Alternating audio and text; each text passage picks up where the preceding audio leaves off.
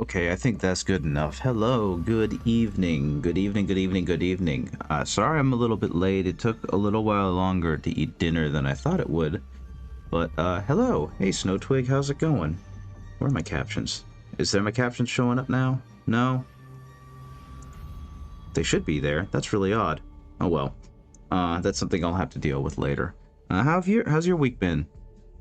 I'm tired. I'm always tired, but I'm tired. Hopefully, this is going to be a good one today. I'm pretty excited because today I am painting up some Death Guard. And not just any Death Guard. Hey, Snowtwig. But the Death Guard Kill Team, which has been sitting now almost assembled, and that's it for like 2-3 months. So I'm pretty excited to get started on these guys. EP Day? Yeah, it's pretty close to when you head off to bed, so I definitely appreciate you hopping in and saying hi. I always do. But yeah, so what I've got right now with me is I've got a set of the Death Guard that I'm slowly kind of working my way up on. And I've given them Prime, and I've started working on getting them up to the green that I'm looking for. So I'm going to go ahead and get rid of the starting soon. Goodbye. And we're going to take the starting soon image and shrink the lad down and put him back over here. And we can go ahead and get the main camera on. Boom. And hopefully it's going to work okay. I didn't have a whole lot of time to set up because I got real lazy. That's the honest truth. I know I have a slightly different setup for when I do the video game. Though hopefully that will change soon. But what we've got so far is we've got these awesome looking kill team guys. And all I really did with them was I've primed them black, and then I sprayed them with like a deep red. And what it ended up doing was making a really good looking kind of ruddy brown. And I'm pretty happy with it. I'm gonna see if I can do something here. We're gonna zoom in a little bit. And there you go. Now you can kind of really see the details. But yeah, I forgot that I didn't actually do a great job priming them. So we're just gonna have to deal with how they look. But I think they're looking pretty good so far. This is just one of them. There's 10 total? 9 total? 7 total? There's 7 total, it looks like. But we got like this guy, who again, looks pretty darn fantastic. I think these are cool looking minis, and I can't wait to work on them. They were those push fit ones, so they definitely have that thing where there's some parts to them that are just kind of goofy looking, but I think it's all gonna work out. Hey Red, how's it going? I'm just kind of showing off the Death Guard, the Blood Angels. No, the Death Guard are the ones that follow Nurgle, the god of rot. So they're all really gross and oozy and rotty looking. This is just a base coat that's going underneath the green that I'm going to be doing. So I've already started one of them, just as kind of a proof of concept, and just to see how he would look. This is what I've got so far. And he's going to go... Actually, that green looks absolutely killer on camera. He's going from like a brownish green, and he's gonna go all the way up to like a yellow. So we're gonna see how that works out. Now, eventually, what I'm gonna do is I'm going to get out a much nicer brush for this. But right now, I'm just gonna continue using this beat up old Winsor and Newton brush. Finish my Lizard Man team and tried out doing some fresh resin on the base. It's very cool. Remind them of Horus. I'm not sure what you guys mean by that, but I'm also kind of eepy. I've had a long day, and so I'm sleepy, but at the same time, I wanted to stream, and I wanted to say hi to everyone. So that's what's happening now, is stream is happening, and I'm saying hi to everyone. Now, the one thing that I'm consistently having an issue with is just trying to remember how light works, and keeping my brush from being too moist and having too much water, because that actively makes it more difficult to get good clean paint strokes, because then they just end up being kind of wet and drippy. And also, very cool. I'm glad you finished that Lizardmen team. Last time we talked, I remember you were in the process of it, and they were looking really good. So, kudos to you for finishing them. I actually haven't been able to paint a whole lot, just because I've been busy. And a lot of the painting I have been able to do has been commission-based. So, all I've really painted for the past few weeks has been Marvel Crisis Protocol figures. And I'm not saying that as a slight to Marvel Crisis Protocol figures. They're really cool. And if you like Marvel, and you like miniatures, I don't know how I can get much better for you, because the minis are absolutely fantastic. They're 38mm scale, so they're a little bit bigger than Warham's. Thank you, Red. I'll go ahead and take a look at those in a second after I've kind of finished a little bit with this guy. See how cool your minis look, because they always look real good. I'm always real happy to see them. But yeah, they're really neat. The Marvel Crisis Protocol minis are very neat, and I strongly recommend them if you're interested in doing comic book hero skirmish fights. And yeah, and when I finished, he gave me some more, so I've got even more of those guys to do. And I'm pretty excited about it because there's some of the bigger display figures, and since they're so well textured, I can kind of just throw some contrast paints on them and use that as a base, and then continue to like detail them up and make them look really good, which I think is going to be super fun. Okay, well, golly, he's going to be fluorescent when I'm done with him. This is a great example of Pro Acryl just having some incredible color saturation. Let's go look at the Discord real quick. Oh yeah, look at them guys. They immediately, I don't even have my glasses on, but they immediately pop off the frame. Like, those look fantastic. I'm gonna go ahead and pull these up in browser, and then we can give them a little bit of a look over. Fantastic looking stuff. Oh, look at the skinks. The skinks are adorable. Okay, let's see. One moment. Not main camera. Not image slideshow. Oh, where'd it go? I could have sworn I had one for... Not that one, not that one. I've got some window capture. There it is. Here we go. Chrome. And boom. There we go. I'm assuming that's like a captain or a star player. It looks fantastic. I really dig what you did there with the basing, because I can see how it looks kind of wet and muddy. At least it does to me with my glasses off. One of the chameleons looks derpy. I think all chameleons look derpy, and that's kind of the charm of them though, right? And you got these guys. You did a really good job on the eyes. Eyes are always super difficult, but I feel like you nailed it on these ones. Yeah, I don't know who it... yep, they look so good. Those guys all look so fantastic. I love the bug-eyed appearance they kind of have. Oh, this one didn't load all the way. There we go. See, like, these guys are awesome. You did an amazing job. Great job, Red. Those look fantastic. Okay. Gonna go back to painting this lad. And we're gonna see how well I can make this, or how green I can make this look without going, like, overboard to the point of almost too bright. But yeah, I would like to say that I'm just incredibly impressed with Pro Acryl and how vibrant their colors look, because these greens are really popping off the mini, and I can't wait to mix it in with some of the yellow to see how that's going to end up looking. Because this is very thin layers. If you've ever seen me paint, you know I don't use very thick layers, and especially when I'm trying to conserve paint, I use very little. And it always makes me a little self-conscious when I see, like, some of the so-called master painters, the ones that are like Vince Venturella and a lot of the big YouTubers who paint, and I see how much paint they actually put in their palette, and my brain immediately screams, that's so wasteful, because I use like 1/8 of what they use. But that's purely personal opinion. I mean, they've won competitions. They know what they're doing. I'm the one who's still trying to figure stuff out. You know what I mean? Next models are either going to be Malifaux or Moonstone. I keep going back to Malifaux because it's one that I want to try.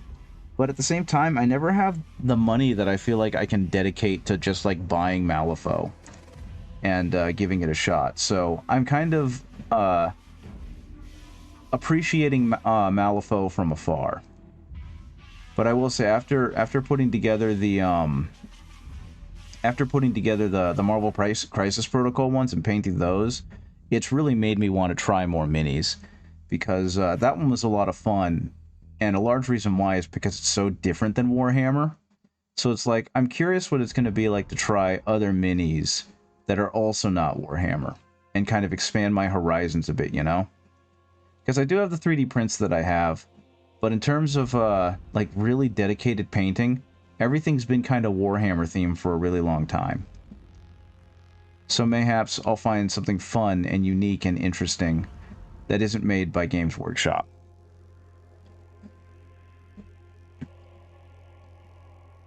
But yeah, that's kind of where my brain is right now when it comes to painting minis. I'm still loving painting Games Workshop, and I'm really excited to start on some new projects with them and finish up some old ones.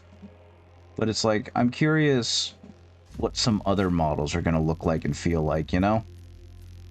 They're going to be going for a completely different aesthetic, so how am I going to feel trying to use some of the colors that I already have? I kind of have, if you can tell, a fairly, you know, grim, dark aesthetic, and I'm now starting to get into more of a high contrast one, but it's like, what else could I be doing?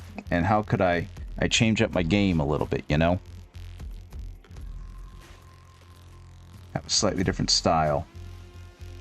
Because unfortunately, even the Marvel Crisis Protocol ones that I'm doing, some of them are coming through pretty grimdark looking.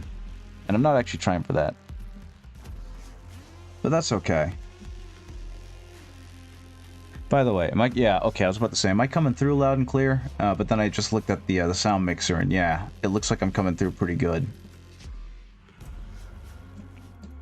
So yeah, like I said, all I'm really doing right now is kind of working up towards a highlight, and towards a point where the light is going to be hitting the character the most, which of course is going to be raised edges.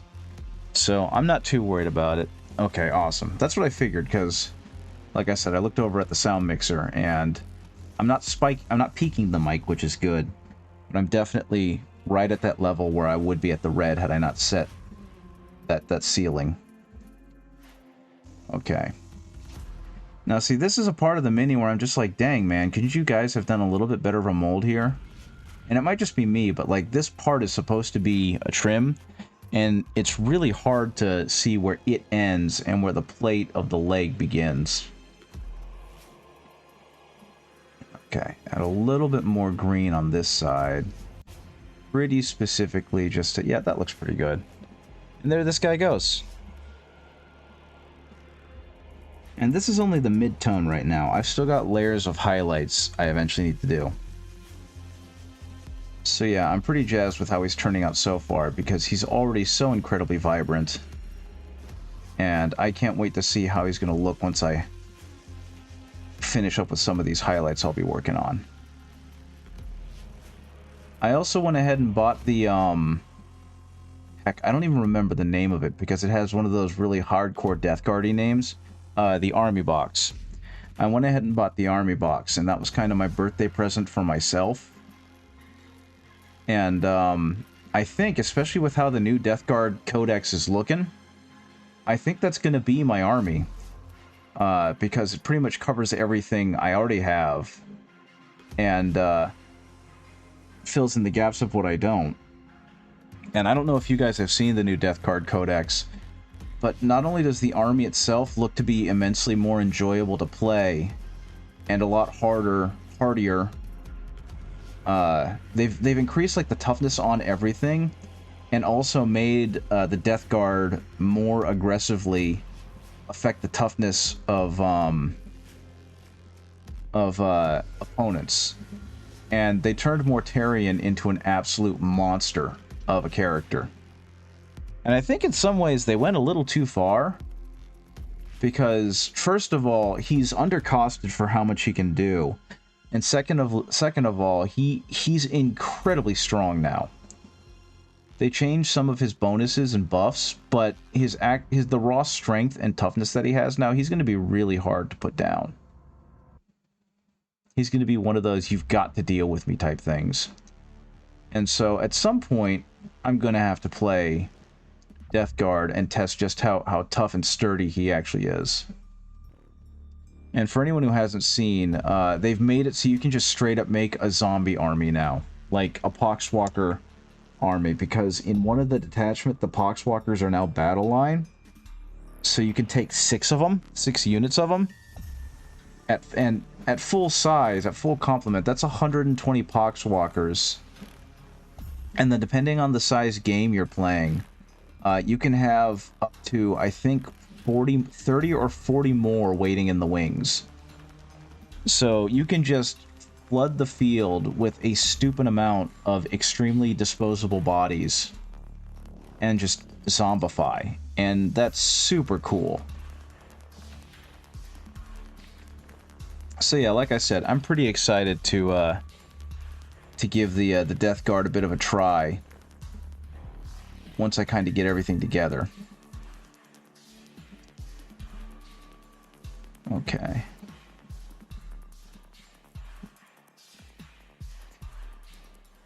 And honestly, it also feels kind of good because I was going to run through this paint a little bit faster and try and get these guys done quicker. But I'm pretty darn happy that instead I'm slowing down and I'm really trying to appreciate painting these guys. So I have no idea how much progress I'm going to get through tonight. Hopefully it'll be a decent amount and I'll be pretty much done with the greens and the main armor. But I also don't anticipate that, because if you can't tell, I'm really trying to work on this guy. I'm really trying to make him look good. I'm following a tutorial that Philon Miniatures posted a while back. And while I'm not trying to mimic it entirely, it's definitely playing a little bit of an influence in the design choices. Because Philon, if I recall properly, he was really trying to get all these guys done, so he's only spending like an hour or two on a model. And first of all, I'm not as talented a painter as him. And secondly, I'd like to spend a little more time. I don't think these guys are going to get used in a regular game of Warhammer, so I want them to be as pretty as possible. And I think that's part of the appeal of Kill Team for me, honestly. I have yet to play it again in a while. It's been a while since I've played, but part of the thing I really liked about it was that you really can just dedicate a stupid amount of time to painting the individual models, because you've only got like a half dozen of them to a dozen at most, and so they've really got to stand out and look really good. And I don't know if you guys have any kill teams that you're super proud of, but if you do, I'd love to see them in the same way like Red has been posting his Blood Bowl minis and his Old World minis. I'm really enjoying you guys posting stuff in the Discord and offering it to share, because I love seeing the projects and I love seeing the progress. So I strongly recommend that if you want to show off your minis and get other people to see them, I would definitely join the Discord, because it's not big or anything, but there are definitely people in there that appreciate seeing your creativity. Okay, let's see if I can kind of finagle this a bit. And so something else I'm going to do for these is I'm going to go with a very bright rusted bronze for like everything that isn't green right now. And actually that went pretty quickly, to be completely honest. I do want this to look a little painterly and scratchy, because it'll end up getting covered later by brighter layers. But I'm really liking how this this green is coming out, because it's just a standard green, but against the brown that I'm using, it's coming through very sickly and almost like luminescent, and I kind of dig that a lot. So yeah, dude's looking pretty good. I think when I showed off like my initial my initial Death Guard guys on for like Doig Swiss Community Day, I think I remember Doig mentioning that they came out very emerald, and honestly I like that. I think it made them unique. You know, kind of like those bugs with the really shiny purple and green carapaces. So I'm pretty happy that they're kind of turning out that way. I think this is, yeah, that is way too much moisture on it. And there you're kind of seeing how too much moisture on the brush can ruin a paint stroke. Okay, let's take some of that off.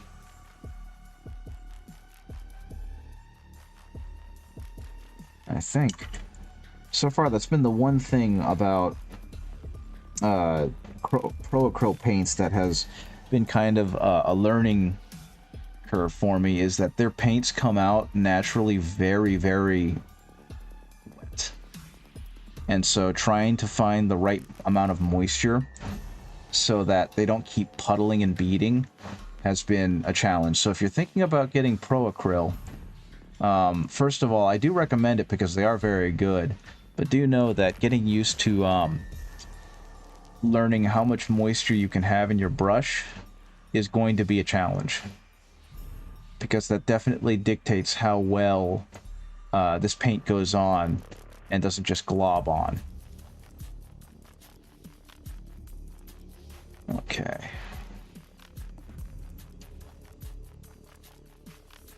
Though I think, in all honesty, that's just going to make me a better painter, you know what I mean?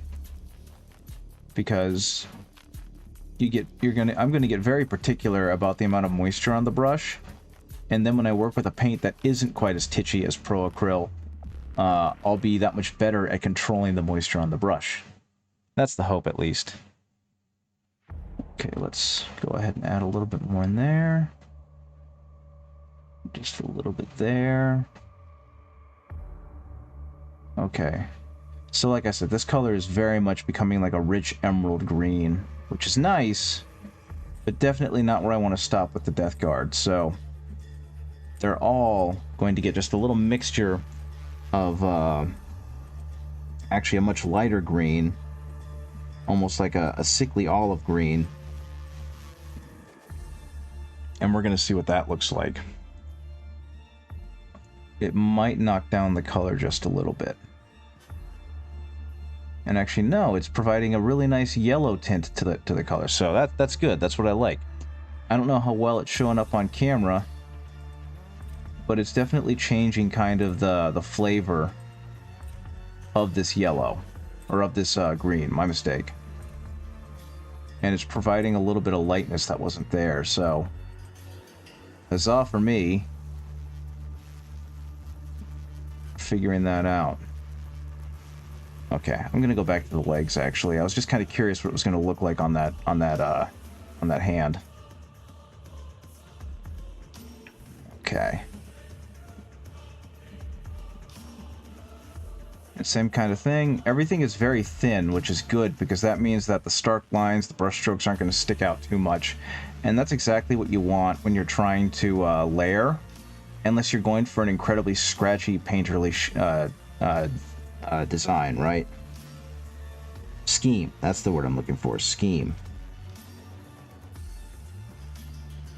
And so, as always, I don't want to cover as much ground as I did last time on the Mini with the brighter layer of paint. The idea is going to be that it's eventually going to all collect at the highest point of brightness, right? And so, depending on the Mini and depending on the surface, that's going to change. But there is going to be like a peak point where the light's going to hit the Mini best. And so like here, because this is mainly covered and in shadow, I'm not going to need to go that hard into highlighting it. And one of the worst things you can do, and you've probably heard this from a million other painters, is do the exact same coverage with each layer. Because what that is it's going to ruin the illusion of transition. You're just going to go from a dark color up to a light color real suddenly. because the layers in between have all been painted over.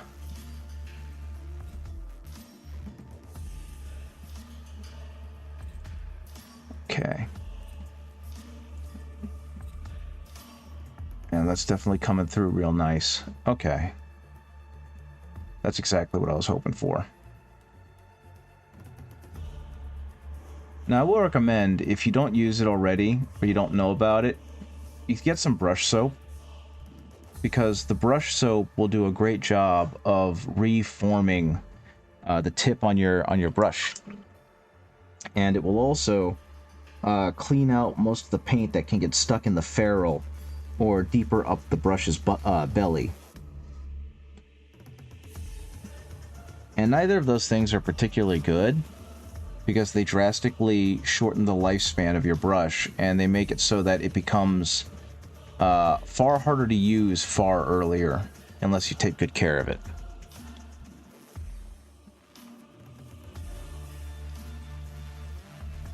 Okay.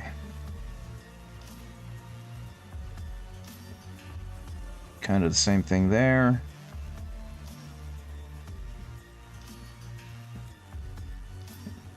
But yeah, especially since that's in shadow, I don't really want to do too much. Hey, Sindarius, how's it going? I'm very sleepy because I've stayed up late 2 nights in a row. One time against my will, because printers are evil, and the other time because I severely underestimated how long it was going to take to finish Yakuza 0. Because I was like, oh, we're on the last chapter. It's not going to take that long. And then Yakuza 0 was like, the last chapter is 4 hours long. And I was like, oh, okay. That being said, how are you doing? How are things going? I decided that I promised I was going to paint this week after, I think, not painting last week and not making it on Tuesday. So I'm painting up my Death Guard Kill Team that severely needs to be painted, or else I'll never be able to play Kill Team. And I really like how luminescent this guy is turning out. And eventually I will go back and continue painting my Angels of Death Kill Team, because I have those guys too. And since I don't ever plan on using them in the 40k big game, I'm painting them as different legions chapters, different chapters that participated in the Badab War. So I'm quite excited about that. And it was at the behest of Darkvolt, who is very smart and very, very creative. Busy getting slammed at work. Oh dear. Well, I hope I'm not distracting you too much. And I hope that you're having a good work evening, work day, work evening, work time. Same thing kind of happened. We're back up to me. We're back up to 4 to 5. We're back up to 5 people at the service desk where I work. But it seems like the rest of the city picked up notice, because they are calling in a lot more with a lot more problems, which is great because that means we're getting more work. But it's also like, I've already got enough stuff. Please stop giving me more stuff. Okay, same thing here. Just kind of treating this like something that's getting a little bit of a highlight, but nothing beyond that. And over here, I can afford to be a little scratchier, simply because even though this is stepping forward into the light, I don't need to have an extremely detailed highlight on this guy.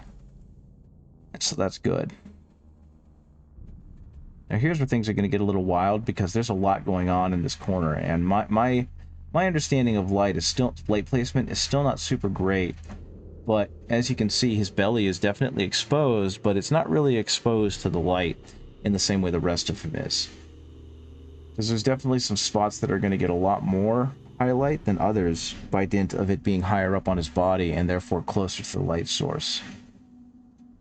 But the biggest issue is, what shape are you now painting, right? Doing fun otherwise took a week off for my birthday, and I'll call off tomorrow for the first session of Deathwatch. Very cool. I hope the Deathwatch game is everything that you want it to be. And I hope you have a great time with it. Because anyone playing a role-playing game should have an awesome time. I'd love to play a role-playing game. I need to start talking with my friends again, because I've been kind of hinting that I want to do World of Darkness with them, and that they should be ready, and then nothing's really come of it just because I've been so tired all the time, and I've been so busy with other things. So I'm hoping that your Deathwatch game is really good, and when you come back, you can talk about how great it is, and it's going to inspire me to want to go ahead and do an actual World of Darkness game. So have fun. Have fun, buddy. And actually, yeah, the idea of taking off work to play tabletop games does sound like a good time. Okay. There we go. There we go. And yeah, look at that now. Heck yeah. It's looking good. Looking fine. And it's going to be getting brighter in smaller spots because I got to get to like the very tip of the highlight, which is going to be more of a yellow. Okay. Same thing up here, just a little bit more that orangey yellow. And now you can really see the highlight up there. Closing tonight, you'll go to the gym when you're off work at like 2 in the morning and read the rules while I walk on a treadmill for an hour. See, that sounds really friggin' smart. That's a good use of a treadmill. Because the act of walking is more than enough to burn some good calories. And you're still going to have time to, like, absorb the time and focus to absorb other stuff.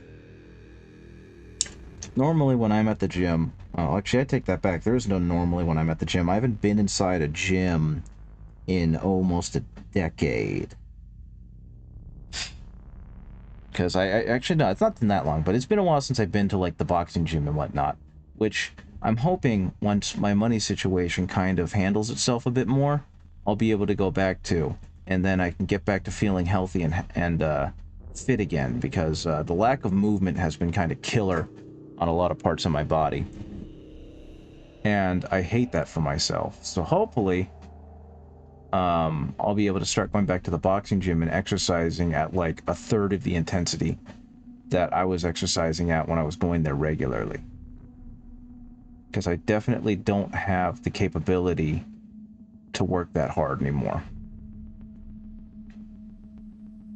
I might have talked about it before, but I used to go pretty hard at the gym. I would get there at like 5:30. And I'd run, I believe, 1.5 miles, 2 miles, which for a lot of people is not a lot. But I am built for short distances. I am not built for long distance running. And then I would go train in boxing for like 1.5 hours to 2 hours. So yeah, I was spending close to like 3 hours at the gym. And a lot of it was just trying to get better at boxing.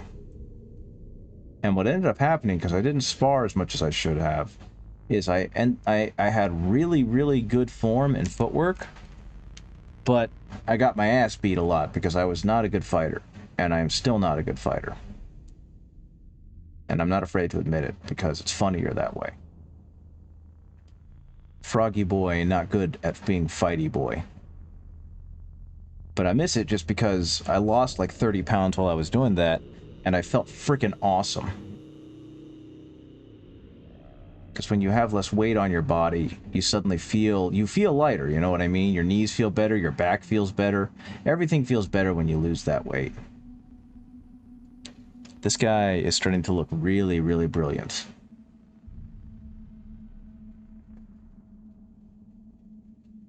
And that's exactly what I want. I don't need this color to be overly saturated. I just kind of need it to show up brighter than the previous one.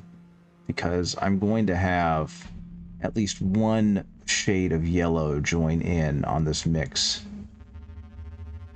And give it some really nice focal highlights. At least that's the hope. So let's mix in some more of this green. And hopefully that'll give me a nice chunky color. And mix in some of this yellow. And yeah, that's a gross color. I like that color. I can definitely see where the yellow is starting to kick in. So same thing. I'm going to do like the hand first. Oh, oops. I didn't do the one hand. So no, I'm not going to do that yet. I go ahead and grab more of this green. And mix it in with the base green. And I'm going to go ahead and address the left hand because I completely forgot to. And hopefully it will not be too wet. Nope. It was just perfect. I did a great job. Good job, Benry.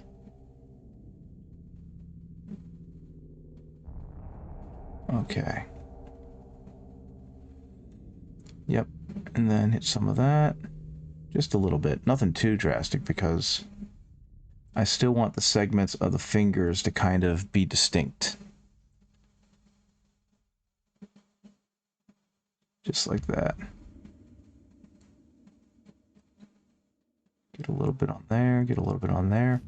And now they are very distinctly shown. Get a little bit of that. And there we go. Now I can go on to the addition of the yellow. Which again, should be fairly subtle. I should need even less on these parts of the mini. Simply because it's an even brighter color.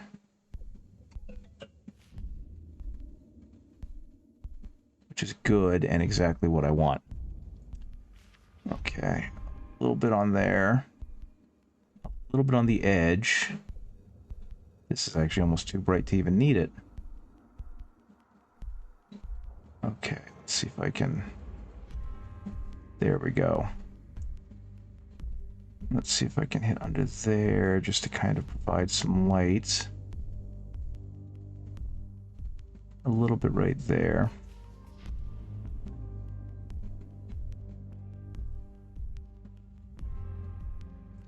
Okay.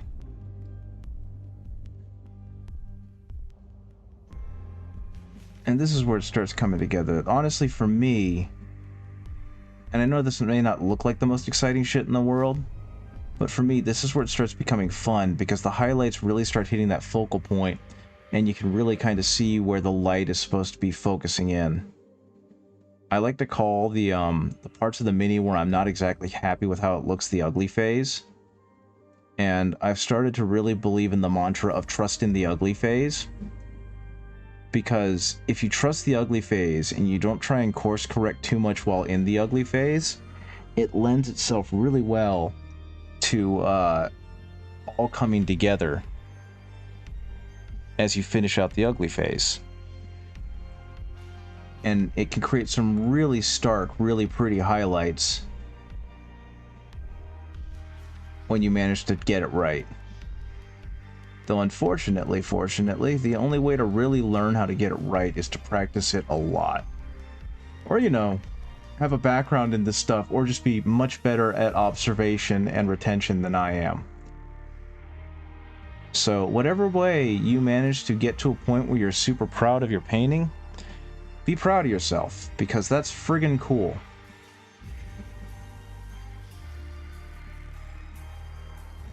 Okay. Yeah, I might have mentioned it a little bit before. I'm excited for the new Death Guard stuff.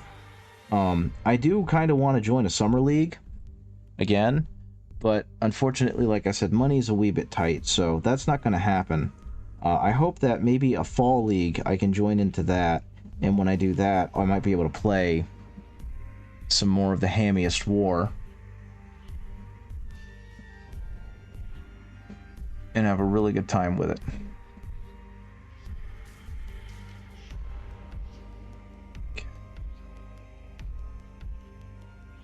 But yeah, hopefully you guys can see just how well the outlines are or the highlights are really starting to affect the look of this mini. Because for me, it doesn't really come together until you get to like that third level of brightness, or that point where it's just little streaky lines within a highlight to really show off those points where the light's supposed to hit it the hardest, you know?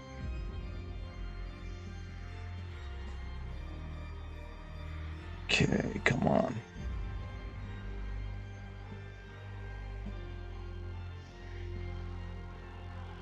But yeah, I was saying earlier, and I kind of got sidetracked by myself.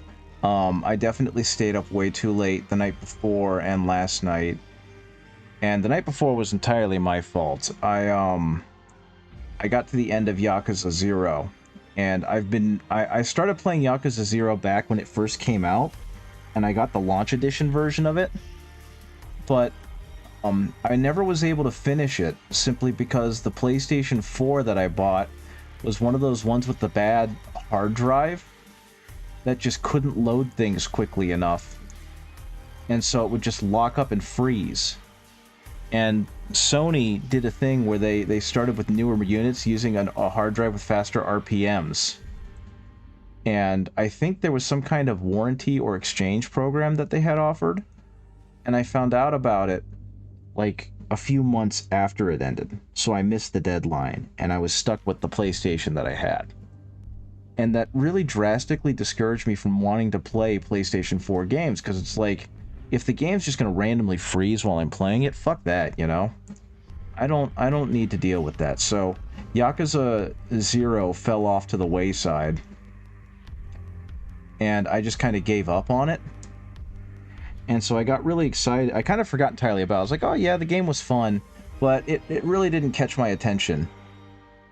And then I started watching Ansta play it, and I think at the time she was playing Judgment.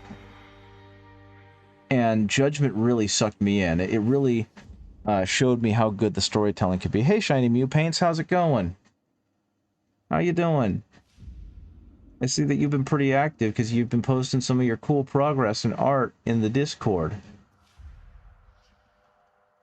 I'm very sleepy tonight, so I'm sorry if I seem a little out of it. Hey, FL Necron Overlord. Welcome to Ben Repaints. I'm Ben Repaints. I'm very sleepy tonight. I apologize. I've had a couple late nights, but I want to really work on this guy. And work on the rest of these kill teams, so I'm just kind of working and vibing. How are you this evening? Well, it's evening where I am. I'm on the east coast of the United States. So, or at least close to it. So it's early evening, and I'm painting a Stinky lad. And he's going to be a super vibrant green. He posted new stuff too? Very cool. Very cool. I'll have to take a look at it after I do a little bit more stuff with this guy. Because right now I'm working on a highlight layer, and that's taking up a lot of my concentration right now. But yeah,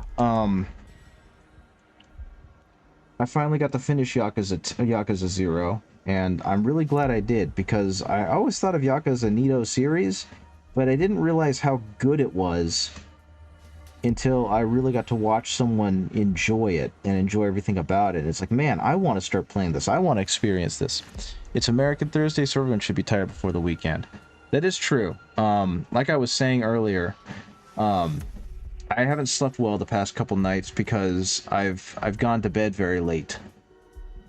On Tuesday evening, it was because I beat Yakuza 0, and on Wednesday evening, it's because I almost beat a printer to death. Because my partner has a printer that was very expensive when we got it when they first moved in, and it's never worked right since. But now that I'm working at like a help desk and I'm learning more about IT and troubleshooting, I'm getting progressively better at diagnosing what's wrong with these things. So I spent like 2 hours just trying to figure out what the heck was wrong with the printer. And as it turns out, we just had too long a USB cord attached to it, and I had to hook it up to the wireless network. Which I know, no one really needs to know that, but that's fine. But yeah, that's why I'm sleepy. Either way, what I'm doing right now is I'm following a tutorial that I found online from an artist named Philan Miniatures. And I strongly recommend, if you're interested in very high contrast, high detail style, that by the artist who's doing it looks very easy to replicate, I would definitely recommend checking out Philan, because they are a fantastic, fantastic painter. And I love their style. And I'm trying my best to, like, learn it so that I can make more of my minis just kind of explode off the base the same way that Philan Miniatures minis do. And it's kind of become the way I paint my minis now. And I mean, they don't do anything too different or too drastic. It's mainly a lot of like the colors they use, but I really like their sense of contrast. So that's kind of what I'm working on here. I started at a very deep reddish brown, and I'm kind of working my up to this very bright yellow-green highlight. And that's the plan. And you can kind of see it all over the place, right? Now, afterwards, these guys are probably going to get a little bit of a wash, but I don't know. I think they're looking pretty darn good as is. And what I'm using a combination of Pro Acryl paints and Vallejo paints, because both of those companies make fantastic paints. Yeah, color theory. And it's something I'm not particularly good at because I don't really have much of an artistic background behind it. Or behind this. This is actually one of the first big things I've done in terms of, like, any types of art. So I'm still learning a lot about it and still, like, training my eyes up for what looks good together and what doesn't. You know what I mean?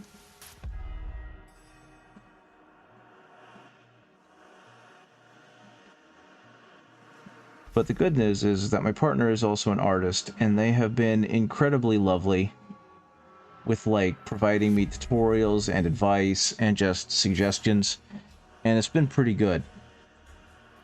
And it's helped increase my enjoyment of this hobby a whole lot. Because while I do play a little bit of Warhammer, I'm more interested in painting up the minis and making them look really cool. And for a long time, not a long time, that's not really fair for me to say. For a while now, I've been really into the lore. And kind of enjoying... I've not finished with the Horus Heresy yet, but I'm kind of closing in.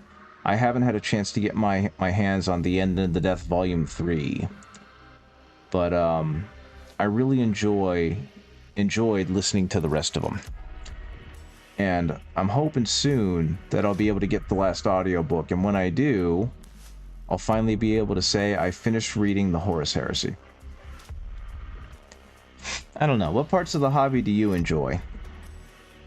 Are you a person who collects armies and likes to play and learn the strategy of the game? Are you a person who enjoys the painting of the minis? You like the lore? What kind of fun parts of this? I mean, there's so many facets to it. What parts of the hobby are y'all into? Okay. Get these highlights up and going.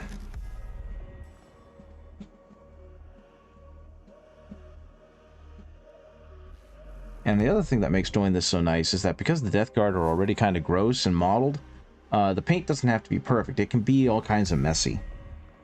And it being messy just lends more to that look of, like, what makes a good Death Guard, right? Let's see if I can do a little bit more here. Just spread that out a little bit more. Because there are some rough spots over here. I think that'll do. So yeah. I think I might want to go higher with these highlights, but I think the green is for the most part done. That turned out pretty good. So next, let's go all the way back. Let's do it all over again. Let's go ahead and start all the way at the back of this, right? So I'm going to have a mixture of dark umber, which is a Pro Acryl color, and the green that I was using, which is also Pro Acryl green. And that's going to kind of be my first initial hit to transition up from, like, the deep red into this green transition. Let's see, which one should I do next? I think I'm going to do Large Man with Plague Spewer. Because, again, cool little mini. So let's go ahead and hit some of that. Gonna mix the green with the dark umber. That's going to give us a nice dark green to play off of. Thankfully, I could just be really sloppy with this because it just needs to kind of cover everything that isn't a deep shadow.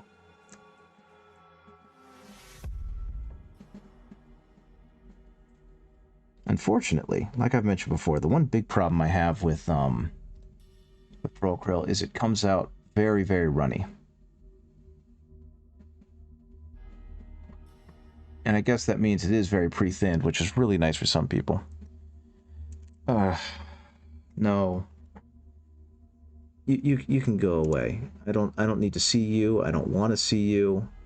You can be banned. Goodbye. And I don't know how to get rid of that. No, I don't want to unban them. I want to get rid of this. This can go away. Goodbye. They have been banned. Goodbye. Don't need to see that anymore. We don't need people coming in and trying to sell me views, because I don't need views. I don't need viewers if they're not actually going to engage. Can I delete this message? Likely ban evader. Oof.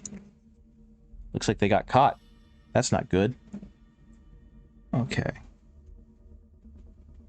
So same thing. Just kind of hitting this guy with this mixture of green and brown in most of the spots to kind of hit that initial dark shadowy green that's going to be the base part of this and the shade part, and then I'm going to work my way up into much brighter greens. Don't forget Discord. I won't forget the Discord. In fact, if you give me a second, I'll go head on over there.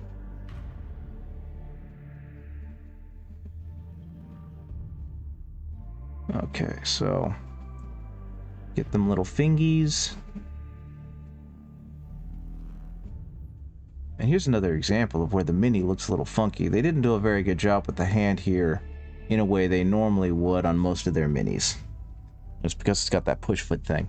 I will say that is something I find kind of funny, because this Space Marine Heroes, this was originally part of a Space Marine Heroes line, which are like limited edition push fit models for a, or I think it was Japan at the time.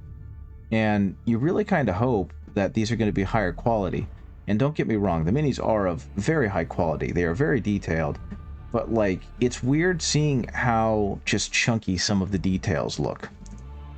Because they didn't have them in the mold in a way that would prevent them from having these weird big chunks that takes away from the fact that they're supposed to be humanoid. Okay, let's see what we got going on in Discord. Oh, we got some more Gabos. That one's got a fleshy tone to it. And then we've got, what else do we got here? We got some more pictures of Gabos. Yeah, I gotta say, if I have more time, Shiny Mew Paints, I am eventually going to get... No, the issue isn't time with that one, I forgot. The issue is going to be that I don't have a painting handle in which to paint it. And for me, for having a good grip on it, that's kind of important. So we got this Gabo right here. And if you guys haven't seen these Twin Goddess miniature goblins, they're very tiny. You can get them at 32mm scale, or at, I think, 76mm scale. Couldn't remember if I posted my project I stayed up last night working on. Well, I hope you post soon, because it's probably really cool and I want to see it. I do know, let's see, what did get posted here? I did see stuff get posted, though. Yeah, there you are. I saw you got your assault guys ready. That's what I was thinking of. I'll go ahead and take a look at those in a second, too. Oh, you gave one of them a Crux Terminatus. That's really neat. But yeah, we've got that Gabo, which looks like she's summoning something from a tome. And this is how tiny they are. You can see next to a quarter, this is a very, very small mini. And they're very, very difficult to paint because of that. But when you do get them painted up, they end up looking really good, which is always incredibly rewarding. 75mm, thank you. Okay, so Cindarius, let's take a look at yours too, because you did post them. And now's as good a time as any, since I'm already kind of away from what I was doing. We got that one. We got this one. I still love the Firstborn looks, man. Oh, I see that you've actually mixed a whole bunch of parts. Very cool. I see that you've got them all over the place in terms of like their armor marks and everything. So you got these guys looking real good. And I'm trying to see what armor mark they're wearing. It looks almost like Mark IV. And a little bit of like some other stuff. You got these guys, these are intercessors, but you've put on, looks like Mark IV and Mark III and Mark II helmets on some of them. Very cool. And you got these guys, these jump pack intercessors, who you've got quite a few beakies leading the charge. Yeah, these look awesome. I can't wait to see them get painted. Okay, I'm going to go back to this guy now. So like I was saying, I'm working on eventually getting up to a very high contrast with him. So right now what I'm doing is mixing a green with dark umber. And what that's doing is giving me a very dark base to work off of. So that when I start putting more layers on top, it's going to end up looking really, really good. Because you're going to have this nice contrast of deep dark shadows and much, much brighter highlights where the light's actually going to be hitting the model. You know, in theory. So we're going to start off pretty dark here, and I can't wait to paint these grubs, dude. All the grubs and the gross shit on this guy, this is going to be fantastic, because I'm going to do everything I can to make it look wet and fleshy. Because that's disgusting, and the whole point of these guys is they should look disgusting. You know what I mean? Like you can see he's got a slit in his greave. Very cool. And unfortunately, I probably should have left off his plague spear, because there are parts of him I can't reach. Though a mantra I tend to have is that if you can't see it, if you can't reach it, then they can't see it, you know? So I think the one layer of green is going to be enough for that spot. And that should be good. And I'm not going to need to go any brighter with that, because no one's really going to see it. It's in shadow. You don't need to worry about it too much. And that's perfectly fine. Now, I do really dig that pretty much all of these guys are wearing Mark III armor, or Mark II armor, actually, based on the legs. And it does really read as, like, the Death Guard being the heavy, plodding, inexorable death that they're supposed to be. So kudos to them for that. And I believe, if I did this right, the cloth is all going to be painted a purple, which I will get to later. Right now, all I need to do is get this initial layer of dark green on these guys. And oddly, well, not oddly enough, that's not right for me to say. I actually already have a set of these guys painted, because I found 3D print proxies of them, and I painted those up, but they actually didn't print very well, and they kind of had very muddy features. And I'm not overly proud of that print job. So my hope is I can replace them with these guys. Though with that new army box coming out, I might not need to, because between that and the combat patrol, it's going to have like everything I'm going to need and want in my Death Guard army. For Mark II armor, the leg segmented part on the back, but should also be on the front without the flat armor plates. Okay, thank you, Darkvolt. Also, hello, how are you doing? I hope you've been having a good time. So yeah, the Mark III armor has the segments on the back and the flat plates on the front. Gotcha. I always forget. Like, I know there's little subtleties between 2 and 3, but I don't remember all of them. So I appreciate the check. The correction.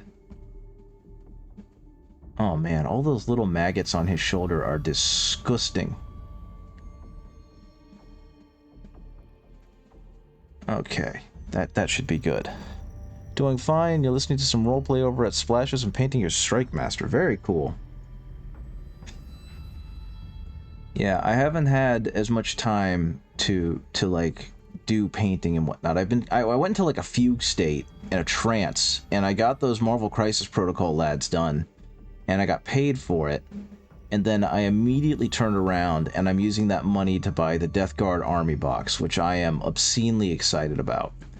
But also, I was given even more minis to paint. M3 has extra frontal armor. Yes, thank you.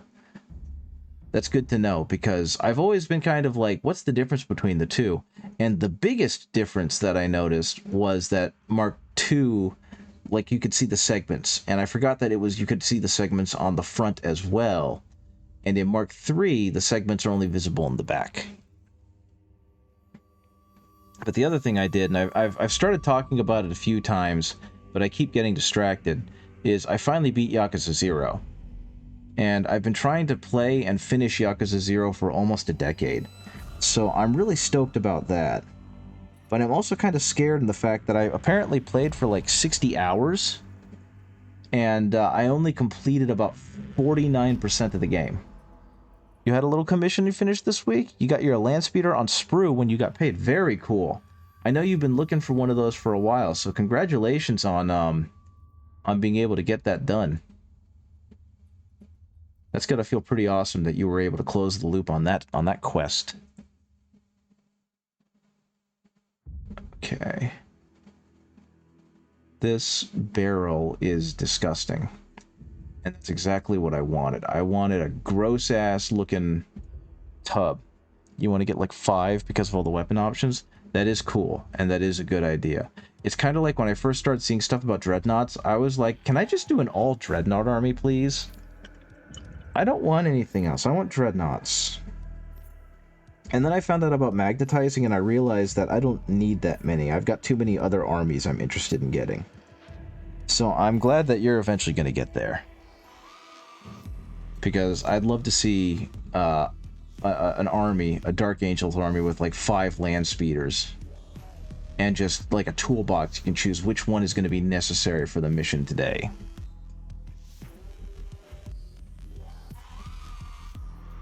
But yeah, I don't know how interested you are in the Yakuza games. I know that Onsta was a big reason why I've been sucked back into them. I do have enough to build a full army. That's very cool.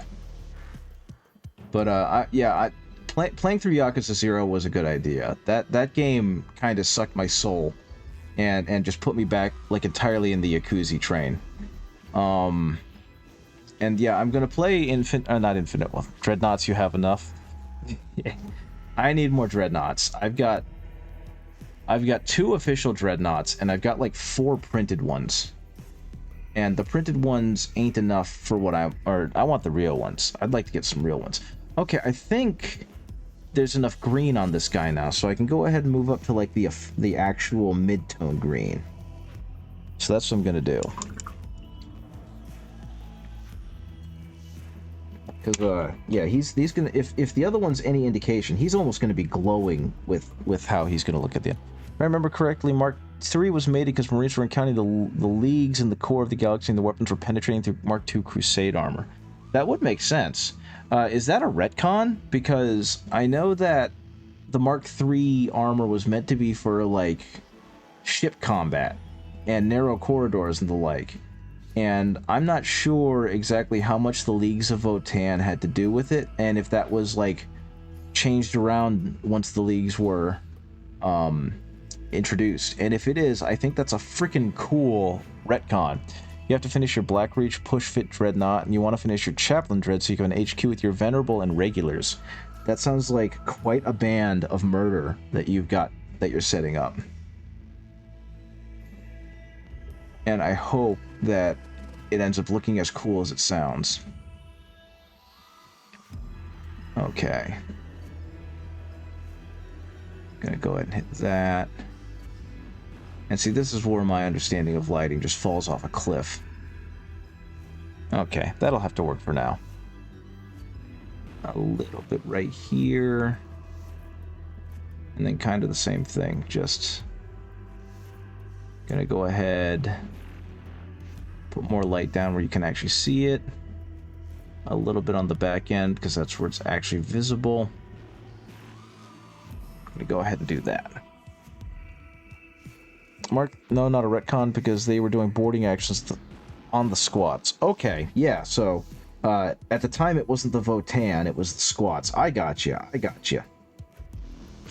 Mark III armor front was developed because tunnel fighting. Yeah, that's what I thought, is that it's incredibly hardy against front-on assault, but it's a lot weaker from the back. As weak as, you know, Space Marine armor could be.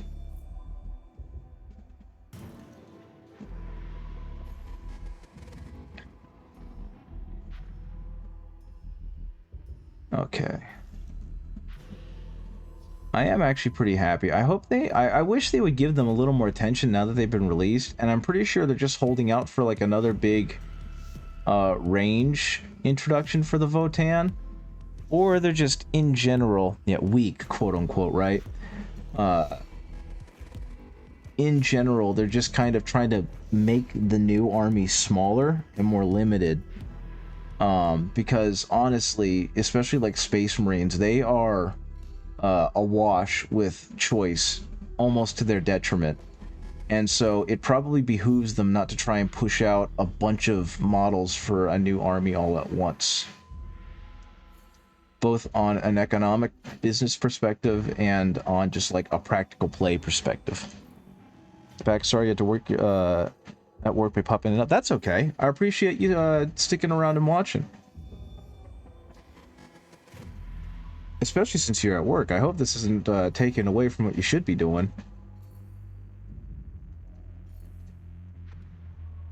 But yeah, I do love the fact that they found a way to bring the squats back in a fairly original and interesting format.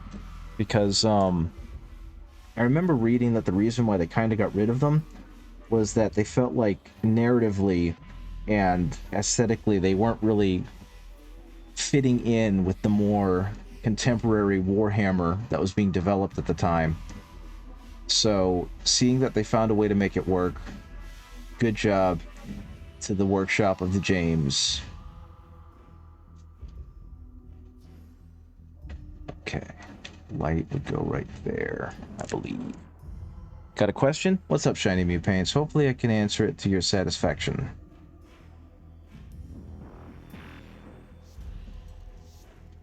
Okay, and I will say this green is a much more vibrant green than the one I was working with, which was I think just Vallejo standard flat green, and so it didn't have this degree of you're a librarian, but you check out and turn in tools that are being used by maintenance people. Very cool. So you're like a requisitions officer. There's another name for it, but I forget what it is. And that's pretty cool.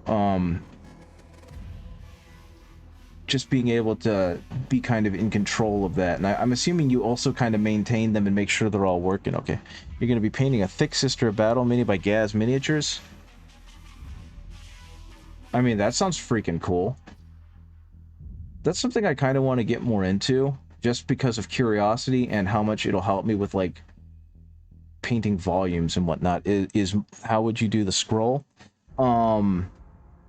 It depends. I'll have to take a look at the miniature, but the way I've typically done the scroll is I kind of turn it sideways and I paint the entire thing a fairly dark brown, and then I do little scratchy lighter like bone color on the raised parts, so that the designer said they were treating them like a joke caricature of dwarves in space, so they pulled them so they could be reworked.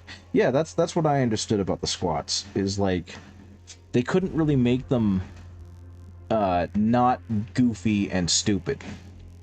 And while goofy and stupid is definitely part of the Warhammer universe, they probably felt like that leaned in way too hard. But yeah, so Shiny Mew Paints. Let me think. I don't think I have an example of a scroll that I could show you. Maybe I do. Let's see. Are any of you guys wearing purity seals? Oh, that's ridiculous. How come none of these Space Marines have purity seals? That's wild to me. Okay. So, like, yeah, here we go.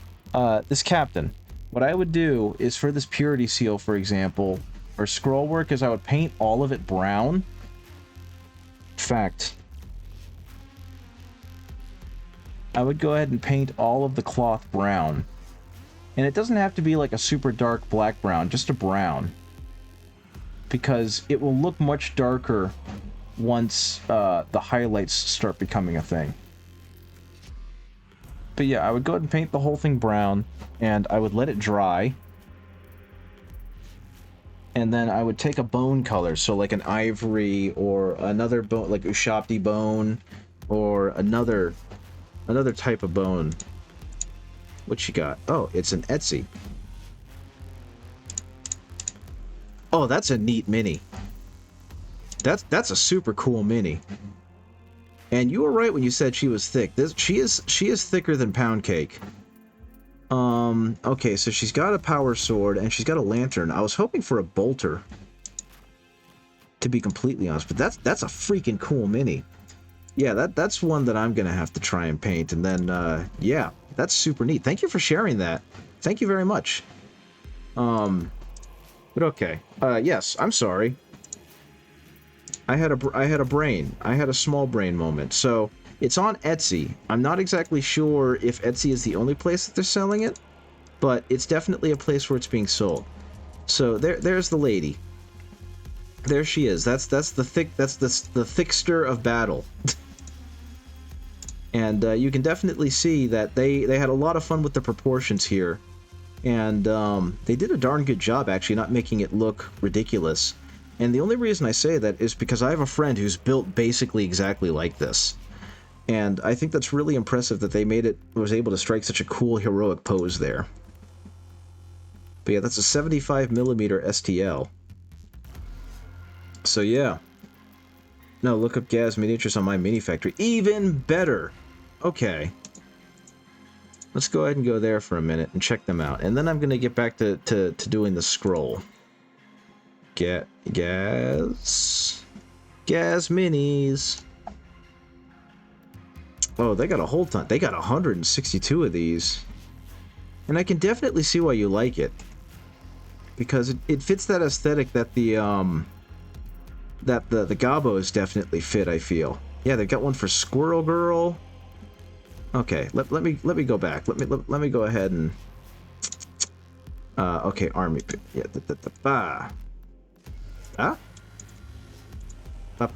there we go. That's where it looks. Bam. Hey Lotus K, how's it going? Shiny Mew Paints just shared a Sister of Battle from this creator named Gaz Minis, and I'm impressed with the variety of body types, honestly, because they have some impressive stuff going on here. And some objective marker dancers, that's very silly. Oh, there's the sniper stance, of course. But yeah, so I'm going to have to find one of these and print it out and paint it, because these are pretty fantastic looking minis. That's super cool.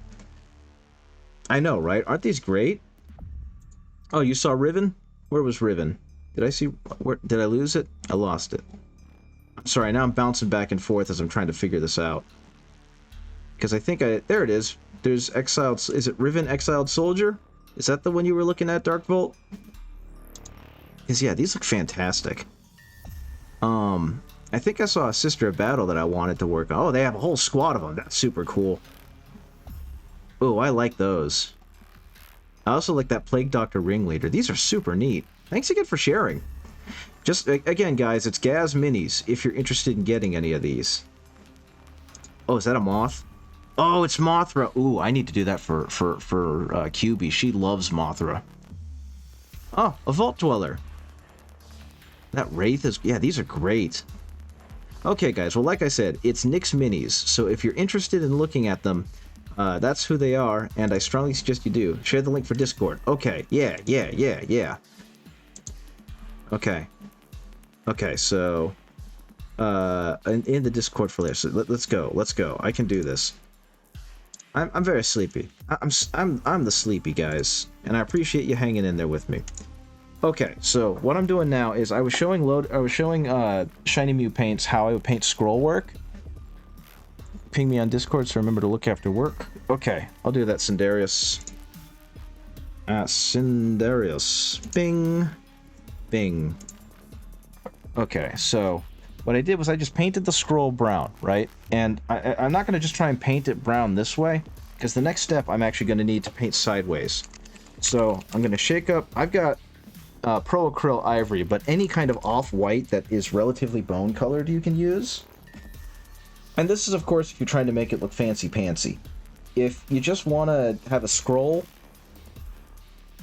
If you just want to have a scroll that looks pretty darn good, my other suggestion is to paint it a bone color, and then hit it with Agrax Earthshade, and then dry brush it again with the bone color. So what I'm going to do now is I'm going to mix some of the brown in with the bone color, and create kind of a mid-tone. And I'm going to use that mid-tone and just kind of go... I've never painted a 75mm scale mini, so I'm pretty excited. And just kind of go sideways on it like this, leaning more towards like the high spots.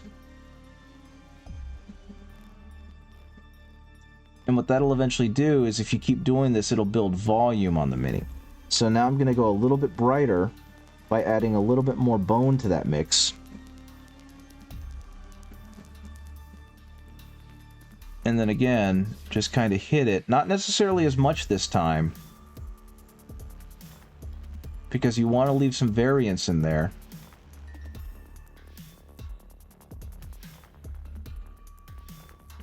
But again, any point where there's like a wrinkle that's kind of ridging upwards, that's where you really want to focus that highlight in. And same with like here. There's a ridge right there, there's a ridge right there. There's one right there. And a big part of this is trying to have as tight a tip as possible, because the flatter the brush, the harder it is to kind of get it. Okay, and the last one's going to be a much smaller highlight with primarily just the bone color.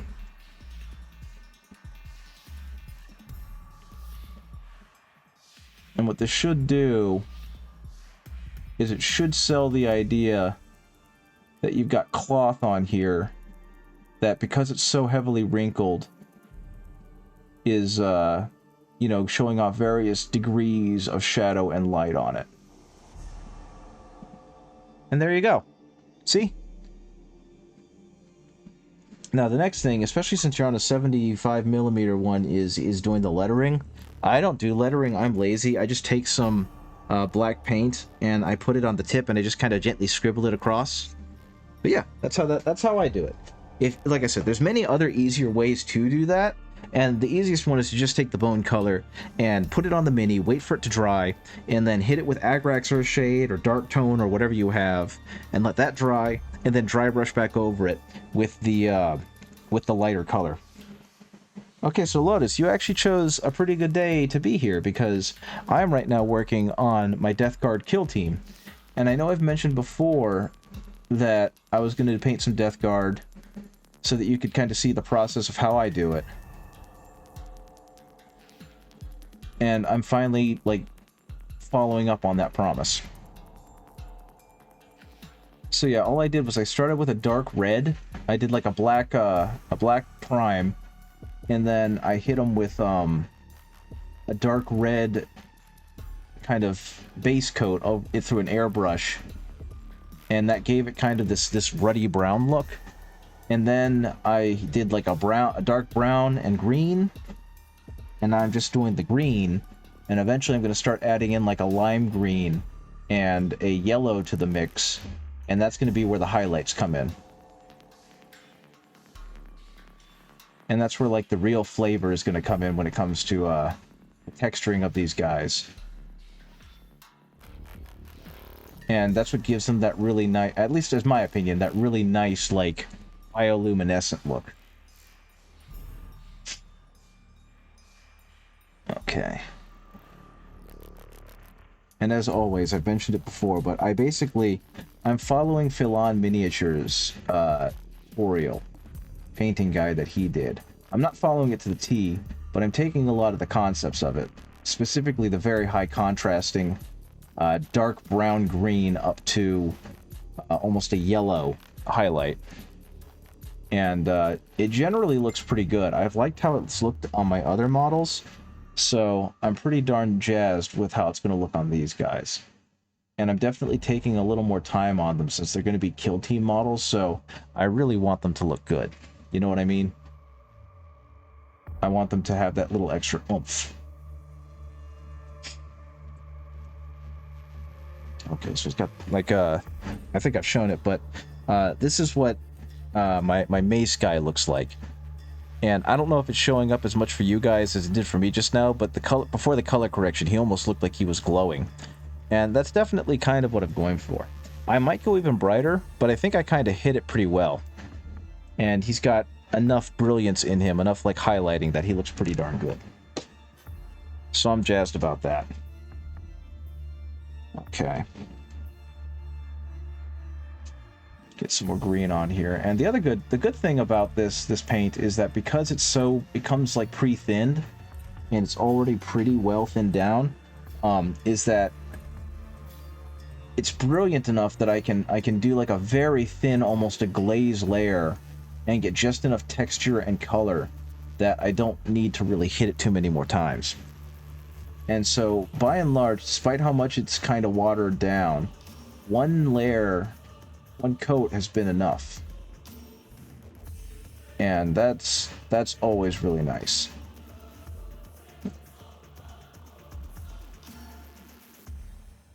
Okay. Let's see.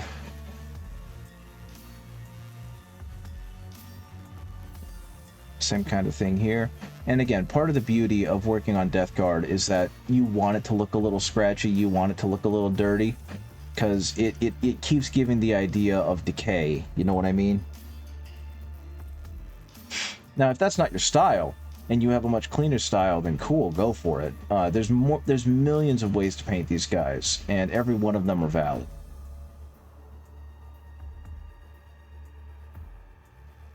Okay, and that will eventually work its way over. Go ahead and hit that. But yeah, I'm pretty excited about painting a bigger mini. I do know that I still need to print out Fulgrim Transfigured and give him a shot, and see how that print comes out. I found out part of the reason why my prints were failing is just that it's been too darn cold. So up until probably this weekend, my printer has been shut down because I just don't want to waste the resin of a bunch of failed prints. So hopefully, I'll be able to kick that back up very soon now that the weather's starting to heat back up again. This has been a really good week in terms of that because it's been in like the mid 70s Fahrenheit all week. And so I feel like it wouldn't be too bad for me to just to go ahead and start a print overnight and work on it the next day. Other than the issue that I just don't really have time to look at these prints. All my days are busy. Okay. But yeah, Shiny Mew Paints, I hope that quick tutorial on scrolls was helpful for you. But you've given me yet another mini that I need to paint, because like I said, I still have this incredibly tiny lady to work on. So I will get to her eventually. This is such a cool mini that I hope I can do it justice.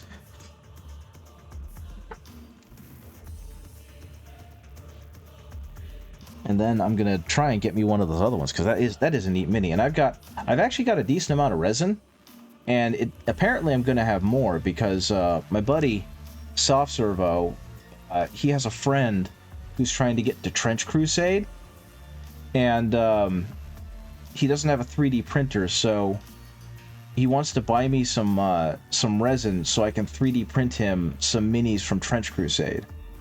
And what that means to me is that I'm going to be getting STLs of minis for Trench Crusade. And I'm extremely excited about that as well, because that game, I'm not really interested in learning it, but it looks really cool. Trench Crusade just looks so incredibly cool. And so the chance you're probably going to do base and Ushapti Bone, that's really smart. Ushapti Bone's a good color for that. I think that's what I was using for a long time, was I would start in like Ushapti Bone, and then I would just Agrax Earthshade it, and then Ushapti Bone Dry Brush.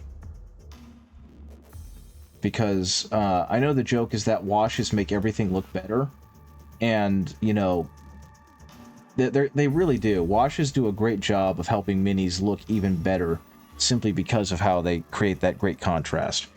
Okay, so this guy, he seems to be good with his layer of, like, the standard green. So now I'm going to start mixing in some lime green and really focusing in on highlights for him. And this is where things get a little titchy on my end, and where my light placement starts getting a little funky. The Kijumon Gengar for you? Yeah. I mean, I could, if I find time, that's definitely a project I wouldn't mind taking on. It's just a matter of like shipping it out and sending it back, you know what I mean? Now, I have shipped minis before, and I will say that I'm very scared of shipping minis just because of how fragile they tend to be. But yeah, well, that's something we can talk about later if you want to DM me. We can talk about getting like what does it look like, getting it set or getting it sent or printed or whatever, and getting it sent back off.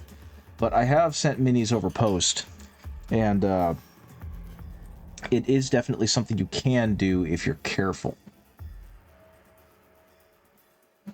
Okay, and so this is going to look like that, because we're only kind of hitting high spots now. And that's, again, that's the best part of this, is we can afford to just hit high spots, because we did kind of the legwork with everything else. Shop debone is a good highlight. Use Xandri dust for the base. That's also fair. Like, I don't remember the difference between... Is Xandri dust the one that reads more khaki? And is shop debone the one that reads more ivory? Because I have both of those. I ended up buying both of them to do the sandstone Necrons that guy from Midwinter Minis used as a tutorial. And I don't remember much about either. I do know that I ruined one of the paint pots because I put like a ton of flow improver in it, and it did improve the flow, but it also made it incredibly watery. Get ready to sell your old minis you don't want on eBay? Oh no, Sindarius. I hope at the very least you get a really good deal on them, or you get really good returns on them, because selling minis is difficult. And every time I've done, I haven't regretted it every time, but I'm not going to say that I look back fondly on the fact that I've sold some of my minis. Like, I'm honestly still kicking myself that I sold my Necrons. I'm dumb, I don't know what khaki color is. Khaki is, like, more of a tan. Like, more of a brownish tan. And as opposed to ivory, which is more of like an off-white. Let me see if I can find it. Actually, you know what? I'm already here. Let me actually, you know, I'm gonna save this seller because I forgot to save them. Follow the gas minis. Bone versus Xandri dust. Let's see what we got here. Okay, yeah, these aren't helping me. But yeah, so the khaki will be a little bit darker. Is what I'm saying. Khaki is kind of like that darker tan that you see in business casual pants or in semi-formal pants. And I'm sorry, my brain died. And ivory is closer to what you would see in like summer pants, I guess, that are like a brighter, lighter color. Okay, so let's go ahead and get us some highlights in here. Now, if this is coming through looking nice and smooth with these transitions over camera, it's because the camera is lying to you. It is because I have too much moisture in the paintbrush, and so the paint is too thin. So shame on me. Desert camo, that's a good one, yeah.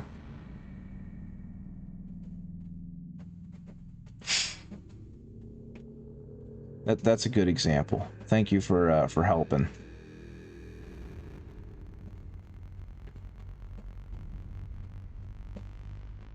Okay. And you can already see he's getting brighter as we work on it. You paint part of my Necron's bone color. I mean, that makes sense. Like I said, that's kind of what I did for the sandstone Necrons. It looks like they're all emerging from the earth. And I did that with the Indomitus box Necrons. And then, like the genius that I am, I sold them. And I think I got like some battle suits, some stealth suits, Gottfried de Montbard, which isn't even really a mini in 40k anymore, and an immolator. Oh no, I was not in the military. My father was in the military. He was a Marine. I am a nerd who went straight to college out of high school and then became a school teacher. And I am now working in IT as a service desk tech support guy. Part of me wants to sell my old minis so you can have fully painted armies and eliminate your piles of shame. I mean, that's fair too. If they're ones you're not getting to, then what's the use of having them when someone else could put them together and have more fun with them? And it's definitely one of those cases where, depending on what you were selling, I wish I had more money, because, you know, I like buying minis. Admittedly, like I said, I have no money. I spent it all on Death Guard. So I've got a ton of Death Guard coming in from that army box, and that's kind of where my money ends for the next couple months. Okay. Same thing, working on highlights, getting the edge brighter and kind of pulling out towards the edge, because that's where the light is going to be mostly reflecting off. Do you accept links? I want to show my Necron. A way you can do that is we have a Discord, and I think the Discord is on the Twitch page. The Discord like invite link, and if it's not, I can get another one. Give me a second. Let me paint white people. I do not want the link to expire in 7 days. It expires after never.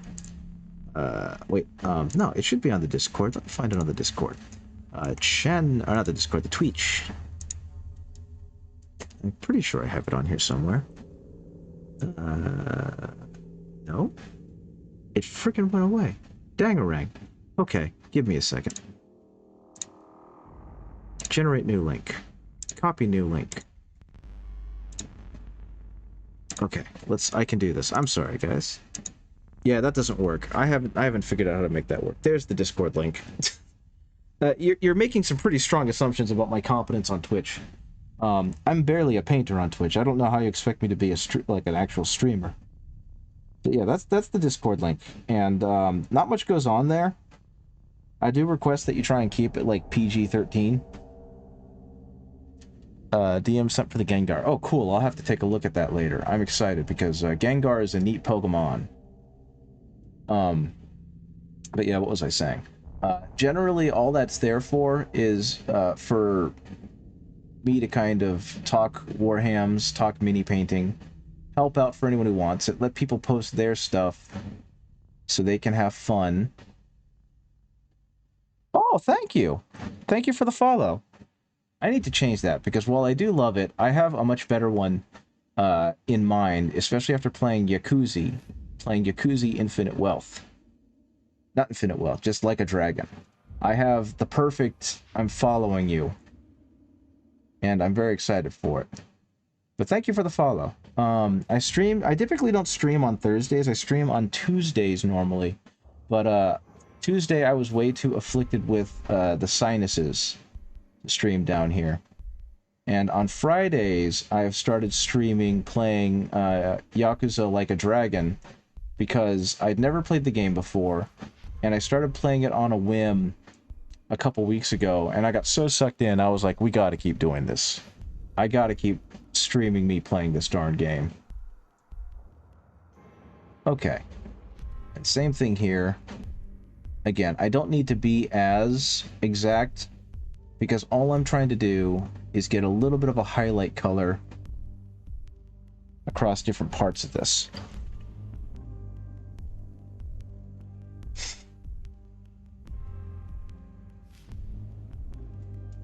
And that's that's the beauty of the Death Guard, is I don't need to be precise.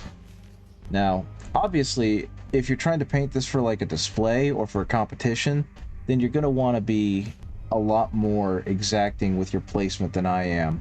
But for what I'm doing, which is again, this is for Kill Team and playing with friends and just kind of looking better than parade or than Army Ready, then yeah, this is going to be good enough. I do want it to be impressive. It doesn't need to be like I'm scared to touch the model impressive. You know what I mean? Okay.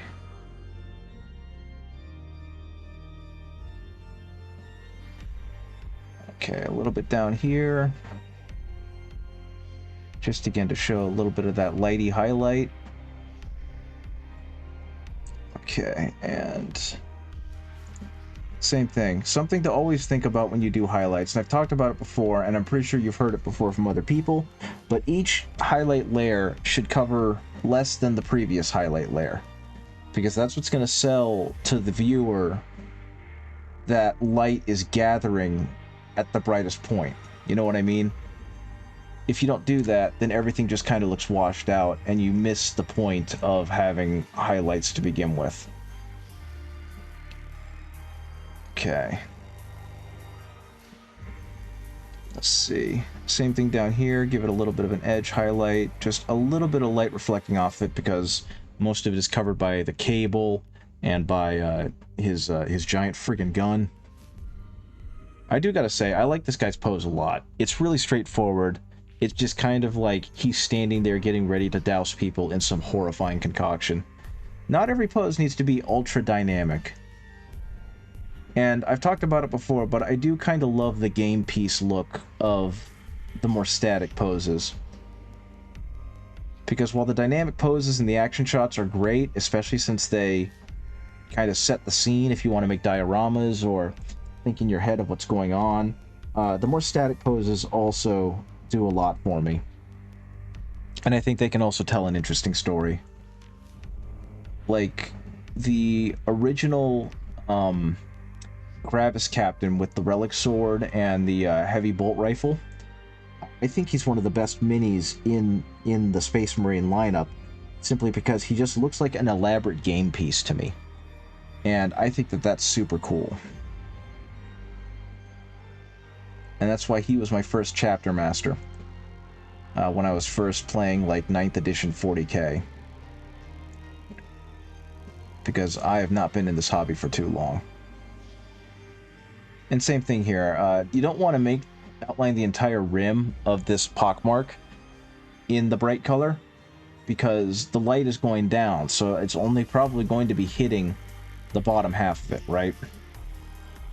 And so that's where you'll want more of the light to show up. There's almost no paint on this thing.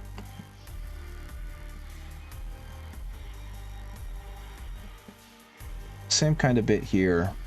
More of the paint's going to be hitting the bottom, and more of the light's going to be hitting the bottom, so that's where more of the brightness is going to go. And yeah, I think that about does it in terms of brightness all over for this guy. So there we go. Time it be 8:50. Okay. Next, we're going to go ahead and add a little bit of green, or not green, we're going to go ahead and a little bit of yellow to this green lime green mix, and that's going to be where the highest points of this highlight will go. Now the yellow I'm using is one that I probably shouldn't be using, but it's one I like. I'm using Averland Sunset, which is kind of a goldenrod yellow, and it has a very distinct look about it. And for some, oh darn, I forgot his other hand. And for some, that's great, right? For some, that's what you want. With my Imperial Fists, that's what I want to do. I want to have that goldenrod. But for some others, it's too, like, orangey. And that's absolutely fair. Okay. Now, one thing I do suggest is try and have a good point on your brush, because otherwise you're really making it difficult on yourself by not being able to take your brush to a fine tip, because everything suddenly becomes incredibly imprecise whenever that's the case. And you're kind of just hoping that your brush is going to be leaving paint where you want it to versus where it precisely needs to be. Okay, now on to the yellow. Now again, I don't want this to be too bright, and I don't want this to take up too much. It's literally just supposed to be where the light is hitting it the hardest. So you can kind of be very sparing with it and create some really nice highlights out of it. Right?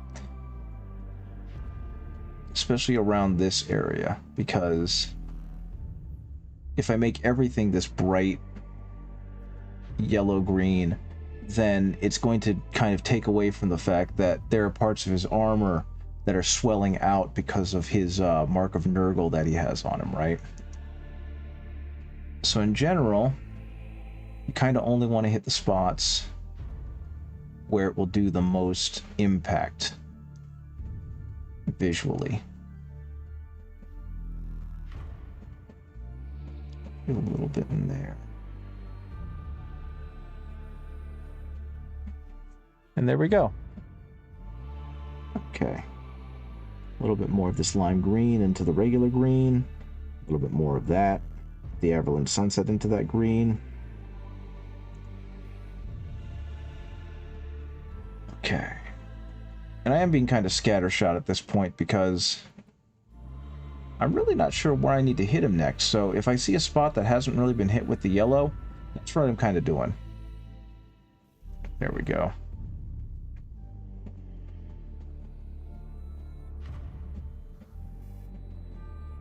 Okay. Let's see. Let's go ahead and kick that out. Speaking of Death Guard Nurgle, I've made a challenge for myself, try my absolute hardest to get every Nurgle-related model by 2030. Recently got an old epic scale metal grade on Clean One. The little dude is the size of a gumball. Seeing him on the huge base is hilarious. That's awesome. Also, welcome to the channel, PG Core Rebirth. Good to see you. I'm Ben Repaints, small-time painter. I do a little bit of commission work. I mainly started this just for funsies. I'm glad that you had such a cool thing to say, because those kind of goals are my favorites, is trying to find like all of X, Y, or Z. I'm still relatively new to the hobby. I started in 9th edition, but getting to hear about people finding all these really cool old models, that's some of my favorite stuff. I don't know if you've seen the new Death Guard Codex, but it looks like Papa Nurgle has been pleased and is blessing them with some really nice stuff. And so I'm pretty excited to eventually get to play it. Okay, a little bit of that. A little bit of that. Just the slightest little hint of that right there, because I don't need to go overboard with that highlight. Okay. Let's see.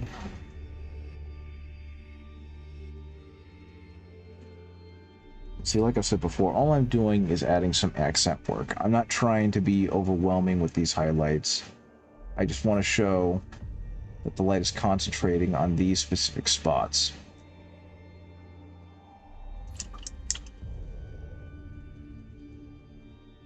Now, what I think has been my favorite Nurgle-related thing I've seen in the past year is someone 3D printed a Great Unclean One-sized sassy Nurgling. And they went ahead and painted him up and everything. And he's about the size of a cat.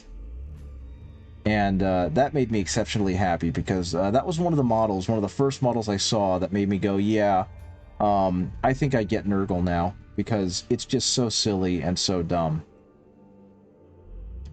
And it shows the kind of like weird joy that Nurgle brings with him wherever he goes. And I can appreciate that. And I remember pretty specifically, I bought the model, the Plague Marine Champion model, specifically to get that Nurgling, so I could give it to a friend. And we 3D printed a toilet for him, and we made it look like he was standing triumphantly in front of a toilet that he had horrifically backed up. And I think he's still got that I know for a fact he's still got that model somewhere. I just don't know where. But it's fantastic. And that's the kind of humor I live for, I guess.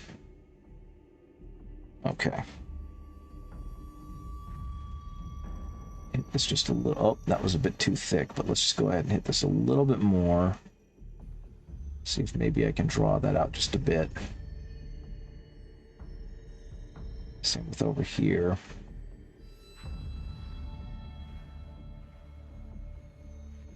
Get a little bit more of that yellow in there. Same with down here. And yeah, you can definitely see how he's getting increasingly bright, and that's exactly what I'm looking for. This is a fairly slow process. Someone probably does it much faster than me and much better than me, but I really enjoy it. It's kind of rewarding seeing the very slow increase in like glow that these characters have when I'm done with them.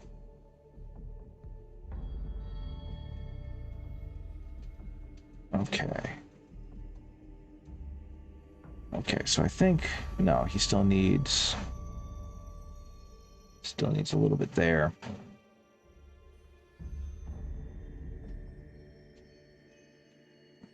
Same thing. We're just going to go ahead and draw it up as gently as I can around the pursing of the pauldron where the horn has poked through.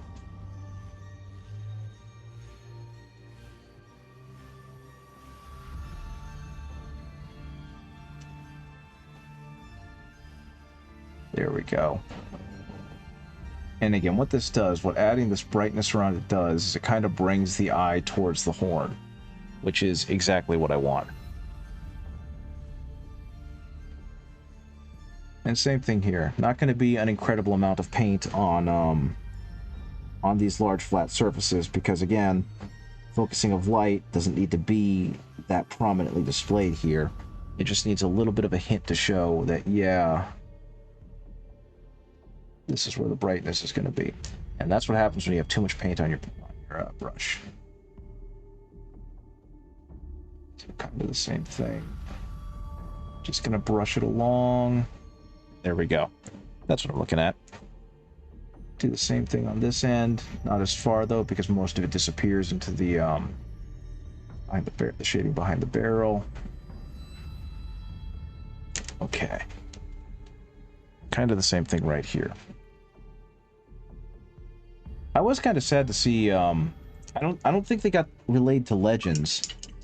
They might have, but I saw that the Great Unclean One and Rodigus and those guys, I don't think they're playable anymore in the new Death Guard thing. I need to look back at the Death Guard Codex and really check. But that makes me kind of sad because I printed out some Beasts of Nurgle and I printed out a proxy of Rodigus specifically for my Death Guard army.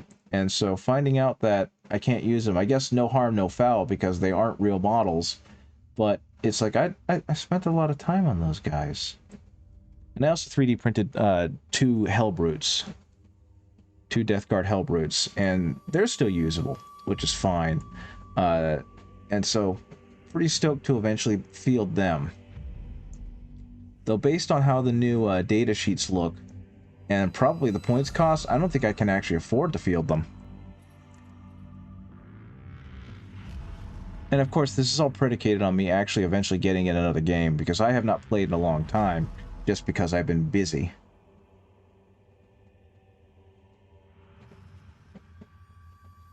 So, you know, who knows?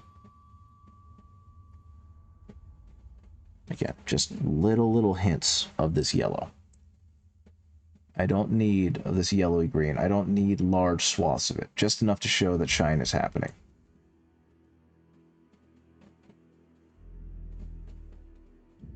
And honestly, this has been one of the toughest lessons I've had to learn, is how to most appropriately place lighting. I'm pretty sure there are plenty of you out there that are really, really good at it. I just need to keep working on it and learning. Okay, I think this guy's green is pretty much done. Again, by no means perfect, but I think between the two, I'm getting to some level of consistency so that they look pretty darn good. Main thing is that'll be fun is being able to start the project again with new tools and skills. Yeah, right? I mean, for a while, I honestly thought about selling my Imperial Fist army simply so I can rebuy all of the Imperial Fists and do it over, because I really like those models, but my paint jobs for them aren't exactly where I want it to be. And I really don't want to strip them down. I want to completely rebuild them from the ground up. And a big part of that is that, look at this guy. What a cool looking dude. A big part of that is that I tried to kit bash and like shoehorn the models with Mark 7 stuff. And now that I have them again, I really don't like it. Like, I wouldn't mind if some of them had it, but all of them kind of having that same loadout doesn't look good to me. And so I'd rather just have, you know, the intercessors be intercessors and that kind of thing. So I really just want to own the plastic for the models that I do field in my army. Okay. Okay, same thing. A little bit of brown, a little bit of green. That's basically what you want to do. Yeah, it's hard to fight it. I do have quite a few models that were part of like the Indomitus box though. And I feel bad because I've already sold or traded or gotten rid of a lot of those. And it's like, you're never going to find those again. They're lost to time now. And so now I'm just kind of kicking myself for getting rid of them. The only ones I kept really were the HQs and the Outriders, and I really wish I still had those Blade Guard veterans, and I really wish I still had those Eradicators. Have an entire custom army made from the ground up. Yeah, exactly. I want the army that I would lead and field to match the quality of the paint job that I feel like I could give them. You know what I mean? And I already paint pretty good. I've already painted them pretty well, but it's like, I could do so much better. You're currently sitting on almost 9,000 points of Nurgle stuff. You're rating on a $300 order from China of a large number of recasts of Forge World Nurgle models. Yeah, the guys that, like, they don't print anymore, you can't friggin' find. Should be coming around the middle of next month. I've only been in community since spring of 2023. Been a blast so far. Good gravy. Yeah, you've fallen into the hobby hard. And I'm super glad you're enjoying it so much. And yeah, that the what the heck? The 30k Mortarion looks fantastic. I'm pretty excited to eventually lean into the Horus Heresy part of the hobby, because I absolutely adored the Horus Heresy novels as I was reading them. And I'd love to, even if it's just to like make dioramas, I would love to have enough like Death Guard and Emperor's Children and Imperial Fists and Sons of Horus and White Scars to just really go ham and create these really cool dioramas. Because honestly, I don't have the time nor energy to try and learn another game system. I have a lot more fun painting the models and just kind of thinking of all the cool shit they'll do in my head. I do have to say, I said it before, and I'm still very excited about it, but Mortarion looks like he's going to be a very good Demon Primarch in the new Codex. And I hope, and this is not going to be the case, I know they overdid it, I hope that he's strong enough to be worth taking, but not so monstrously strong that they have to nerf him and take away some of his stuff. You know what I mean? I'm excited is all. I've only ever gotten to play Mortarion once in like a friendly game against a friend's orcs, and we didn't even get to finish the game, which sucked. But I'd love to be able to do so, and I'd love to be able to field Mortarion and really get to see how he does in a game of 40k. I did get to field him once during a game of one-page rules that I was playing with a friend, but that doesn't really count. That game was... it doesn't really count because Mortarion did nothing. He basically got shot out of the air by a Thunderstrike harpoon from an Imperial Titan and got one-shotted. So that felt shitty. Okay, same thing. Just hitting this guy all over with the green. Dark brown green. Oh, and there you go again. There's another sculpt part that just looks absolutely terrible. It's this huge chunky thing that's supposed to, I guess, be like part of his pauldron, but it sticks out an incredible amount. Oh, okay, I see. It's actually part of his loincloth, but you really can't even see it. Oh well, it is what it is. Now, admittedly, I can't imagine spending getting 9,000 points of an army. And it's mainly because that just seems like a huge amount of money that I just don't have. So kudos to you for A, having the money to do so, and B, having the dedication to do so.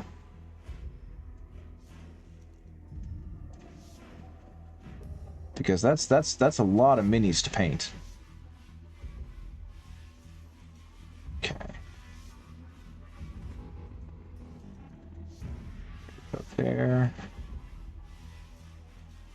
There we go there. Okay.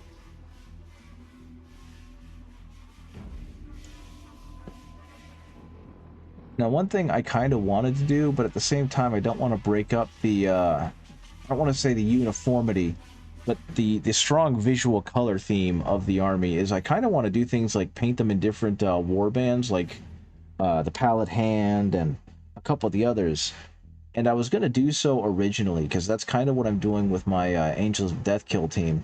But then I realized outside of the Pallid Hand, pretty much every warband of Nurgles looks the same. They're all some form of desiccated green and some form of desiccated bronze. And it's like, oh, well, there's not much fun in that there, is there?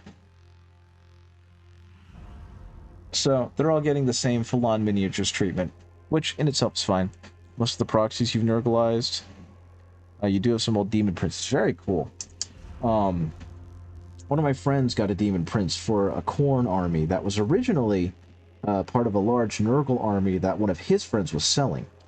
And he ended up giving me the Nurgle bits, which, honestly, due to a combination of the paint job and me not being confident enough to strip them and repaint them, they ended up getting sold. So I'm basically having to rebuild my army, because at the time I had like 2 Plague Burst crawlers and 3 Fetid bloat drones, and I think 2 or 3 Mephitic Blight haulers and Death Shroud bodyguards, and I had all the kit and caboodles. It was just that I didn't like the paint jobs, and I didn't want to have to redo the paint jobs on models that were already done. So I'm pretty sure I ended up selling the whole thing, and now I'm in the process of kind of slowly rebuilding. Especially now that I'm more confident with the process of stripping and repainting minis. Have you seen the Plague Bones warband? They're bone tan with red markings. No, I haven't, but that's a really cool idea. That's actually very similar to like the Dusk Raiders that they used to be. And see, that's the thing. If I had seen this stuff prior to kind of making my executive decision, I probably would have done that if I could find enough. But yeah, no, they're all going to go ahead and be this kind of awesome, this awesome high contrast green and rotted out bronze that I've already kind of got them started in.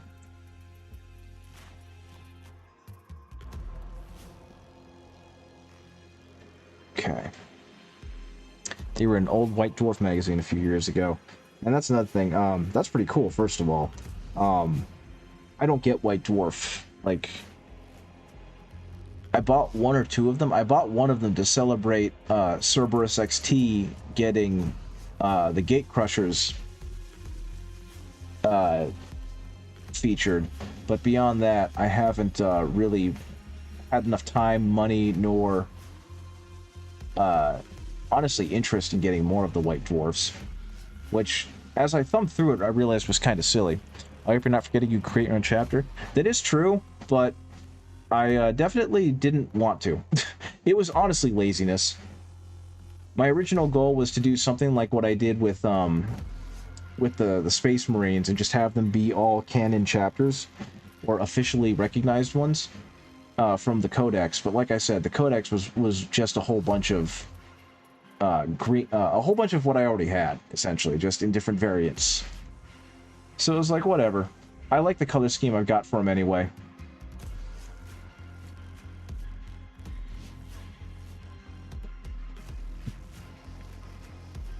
But yeah, that was something I was thinking about, was like, should I go ahead and make it my own chapter and try and make a whole bunch of custom Plague Warbands? But I deferred against it. Because, like I said, I like the look that they're going to get, and I'm pretty excited to see what it's going to look like. Let's get some more of this green in here. Now that he's got his dark green, I can go ahead and start working my way up to, like, the light green.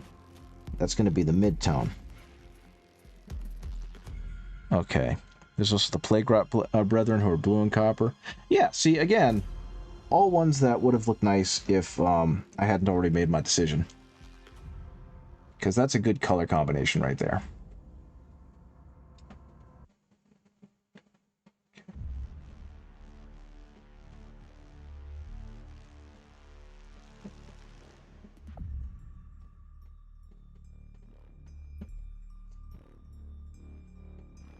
Okay. That's some of these guys over here. There we go. Also from an old White Dwarf. Yeah, that's something that I kind of, like I said, I've seen a lot of people complain that the current White Dwarfs are nowhere near as good as the old ones. And that is fair, but I do appreciate that they are still trying to put out content to enrich the game. And it's probably why I should take more of a chance on, like, collecting and reading them, because they still do have good stuff in it. I think my biggest issue is just that I don't play it enough to really utilize the stuff that they have. I did have a friend I was playing with pretty regularly, but then life has gotten in the way and none of us have time to really play anymore. So this has mainly become a collecting and painting hobby for me now.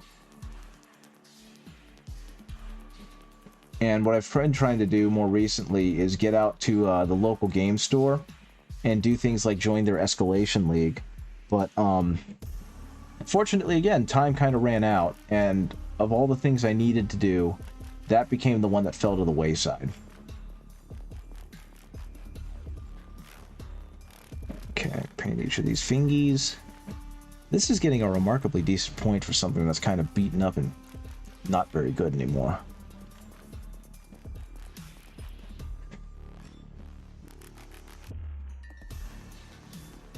Okay. So that's in shadow, so it's going to stay in shadow. That's fine. Get a little bit more of that.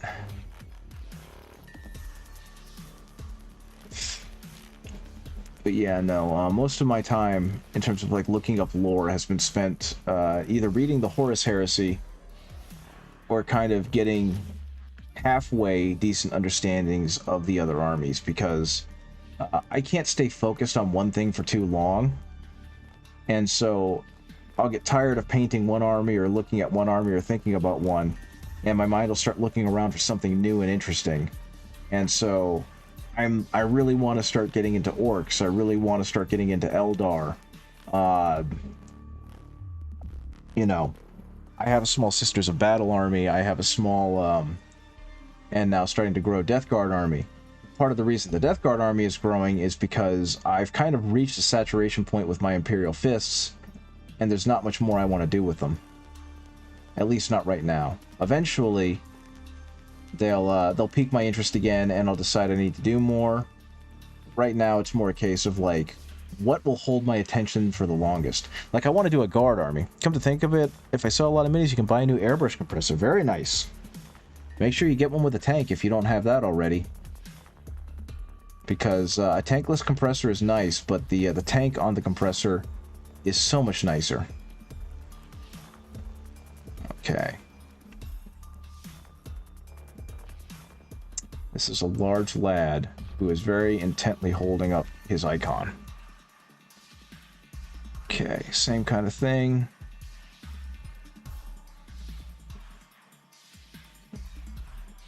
Okay, a little bit in there, not too much.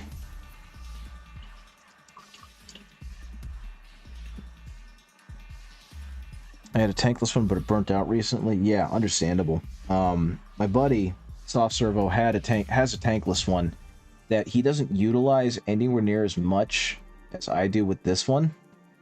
But that was the thing he told me, was don't get a tankless one. Make sure you get an air compressor with a tank on it, because it'll last you a whole lot longer. It'll be more consistent. And I'm happy I took his advice, especially because the painting part of the hobby I have considerably more time for, and I'm considerably more passionate about. So having the better, heavier duty compressor was definitely a good move. And I guess the good news on my end is I didn't even buy like a special name brand one. My understanding was I bought one of those, knockoff brands, and it works just as well, as far as I can tell. I haven't had any problems with it, at least. Okay. Same kind of thing there. True, I have more passion now for painting and building than the game. Yeah, I mean, as much as I appreciate that GW is trying to keep the game alive by constantly adjusting it so that it plays more fair and equitably for everyone, the constant rule shifts without the ability to play them has kind of made it hard for me to care about the game. Like, I love theory crafting, so when news comes out about them changing how models work, I'm always excited about that, but never excited enough to go out and play it again, because I just don't have the time, and I don't want to have to try and remember everything else. But that's entirely a personal thing, because I know there are some people, especially around where I live, I don't want to say they live and die by it, but they definitely have their ear to the ground about Games Workshop and the changes they make. And good for them, because they're having a blast playing the game as it is. but I don't have the time to keep up with it, unfortunately. The same thing kind of happened with Magic the Gathering. I got out of Magic more specifically because I was just tired of spending so much money and just kind of wasting it, which makes it really concerning that I got into Warhammer instead. But they just started releasing so many sets with so many mechanics that my brain just went, okay, I can't make myself care about any of this anymore.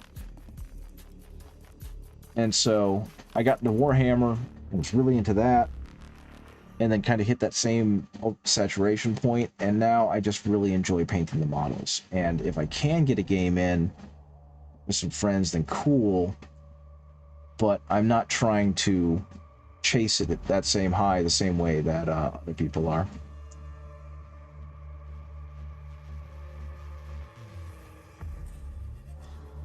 Okay. I think what's going to happen is he's going to get this final layer, this lighter layer, and then I'm going to have to be done because it is about 9:20. You ran away and now you're back. Hey, Lotus K. You're just in time for me to start wrapping up. Kind of. I'm going to try and finish the mid-tone layer on this guy, and then it's about 9:30, and that means I need to start getting ready to go to bed. You're tired of picking up armies, liking the lore, then immediately getting hit with the worst rules. That was how I started, to be honest. I definitely started with the Tau.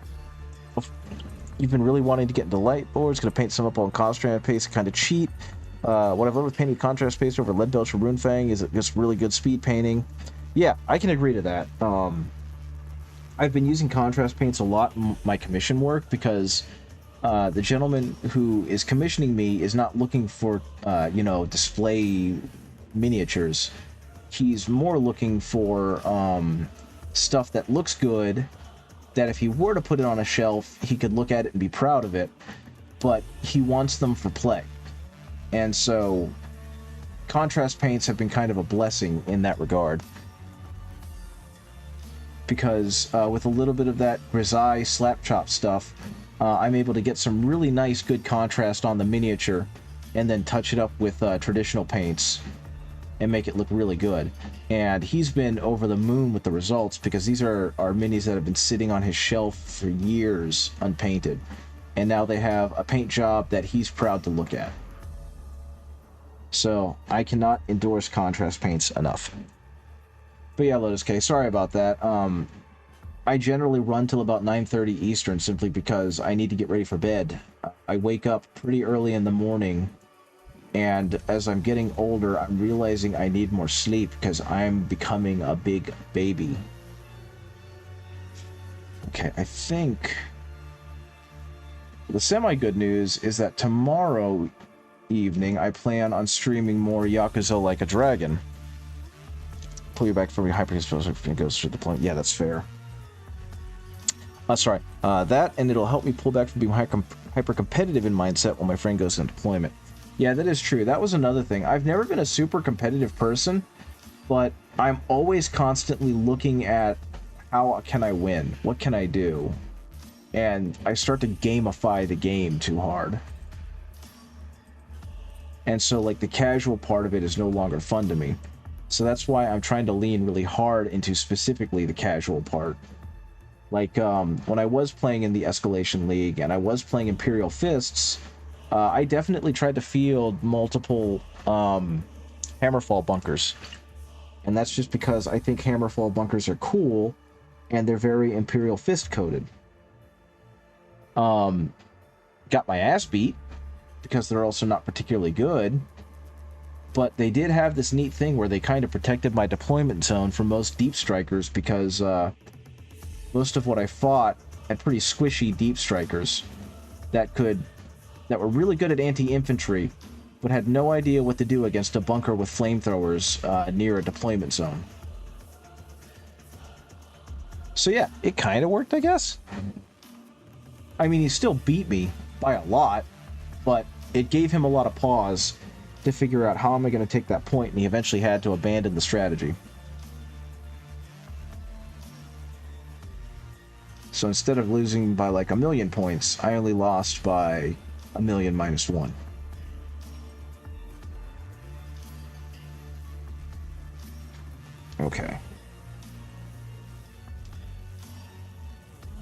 But yeah, that, from what I understanding, that's where like the Horus Heresy is supposed to be a lot more interesting, because both the player base in general and the game itself lends itself more to like narrative play, and I can appreciate that. And honestly, that's why I've wanted to do like a narrative campaign in 40k to try and encourage more players to play in that kind of system. Okay, same thing is happening here. You can see that he is considerably brighter in some spots than in others, and that's what I want. Hopefully it's reading okay.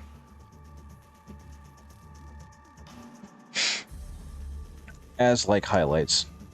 Your one game of Horus Heresy was really fun. Yeah, and I'm interested in eventually getting into that. So, just so you can see Lotus K, because I don't know how you saw, if you saw, this is eventually what I'm getting to in terms of my highlighting. And all it is I mixed in some lime green and then eventually some yellow. And so all these guys are going to kind of have that. And what's really going to set them off is when they get that bright orange, yellow copper that I'm eventually going to give them.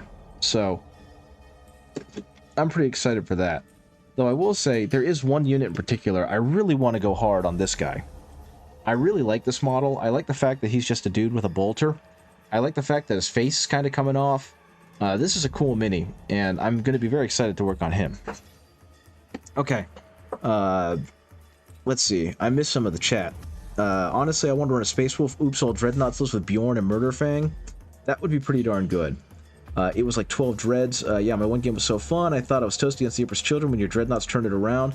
I love dreadnoughts. They deserve all of the love and all of the pets. Okay. Yeah, it's about 9:25. I think that's a good enough place to stop it. Let's see who is online. Oh, Isidore is online. Isidore has been playing the Elder Scrolls Oblivion remake, which I know is the hotness right now, but some people really love that game. So we're going to go ahead and send it over to Isidore. I played that game a lot in college, and the more I thought about it, the more I realized that I didn't exactly have fun with it, I guess. I was just more marveling at it, but who cares? Whatever. Anyway, so let's go ahead and raid us some Isidore. Okie dokie, guys. Thank you so much for joining me. I appreciate it. I enjoyed talking to a whole lot of you, to all of you, and I suppose I will see you later. I'm streaming Like a Dragon tomorrow around the same time, so if you want to see that game, I'll see you then. Bye-bye!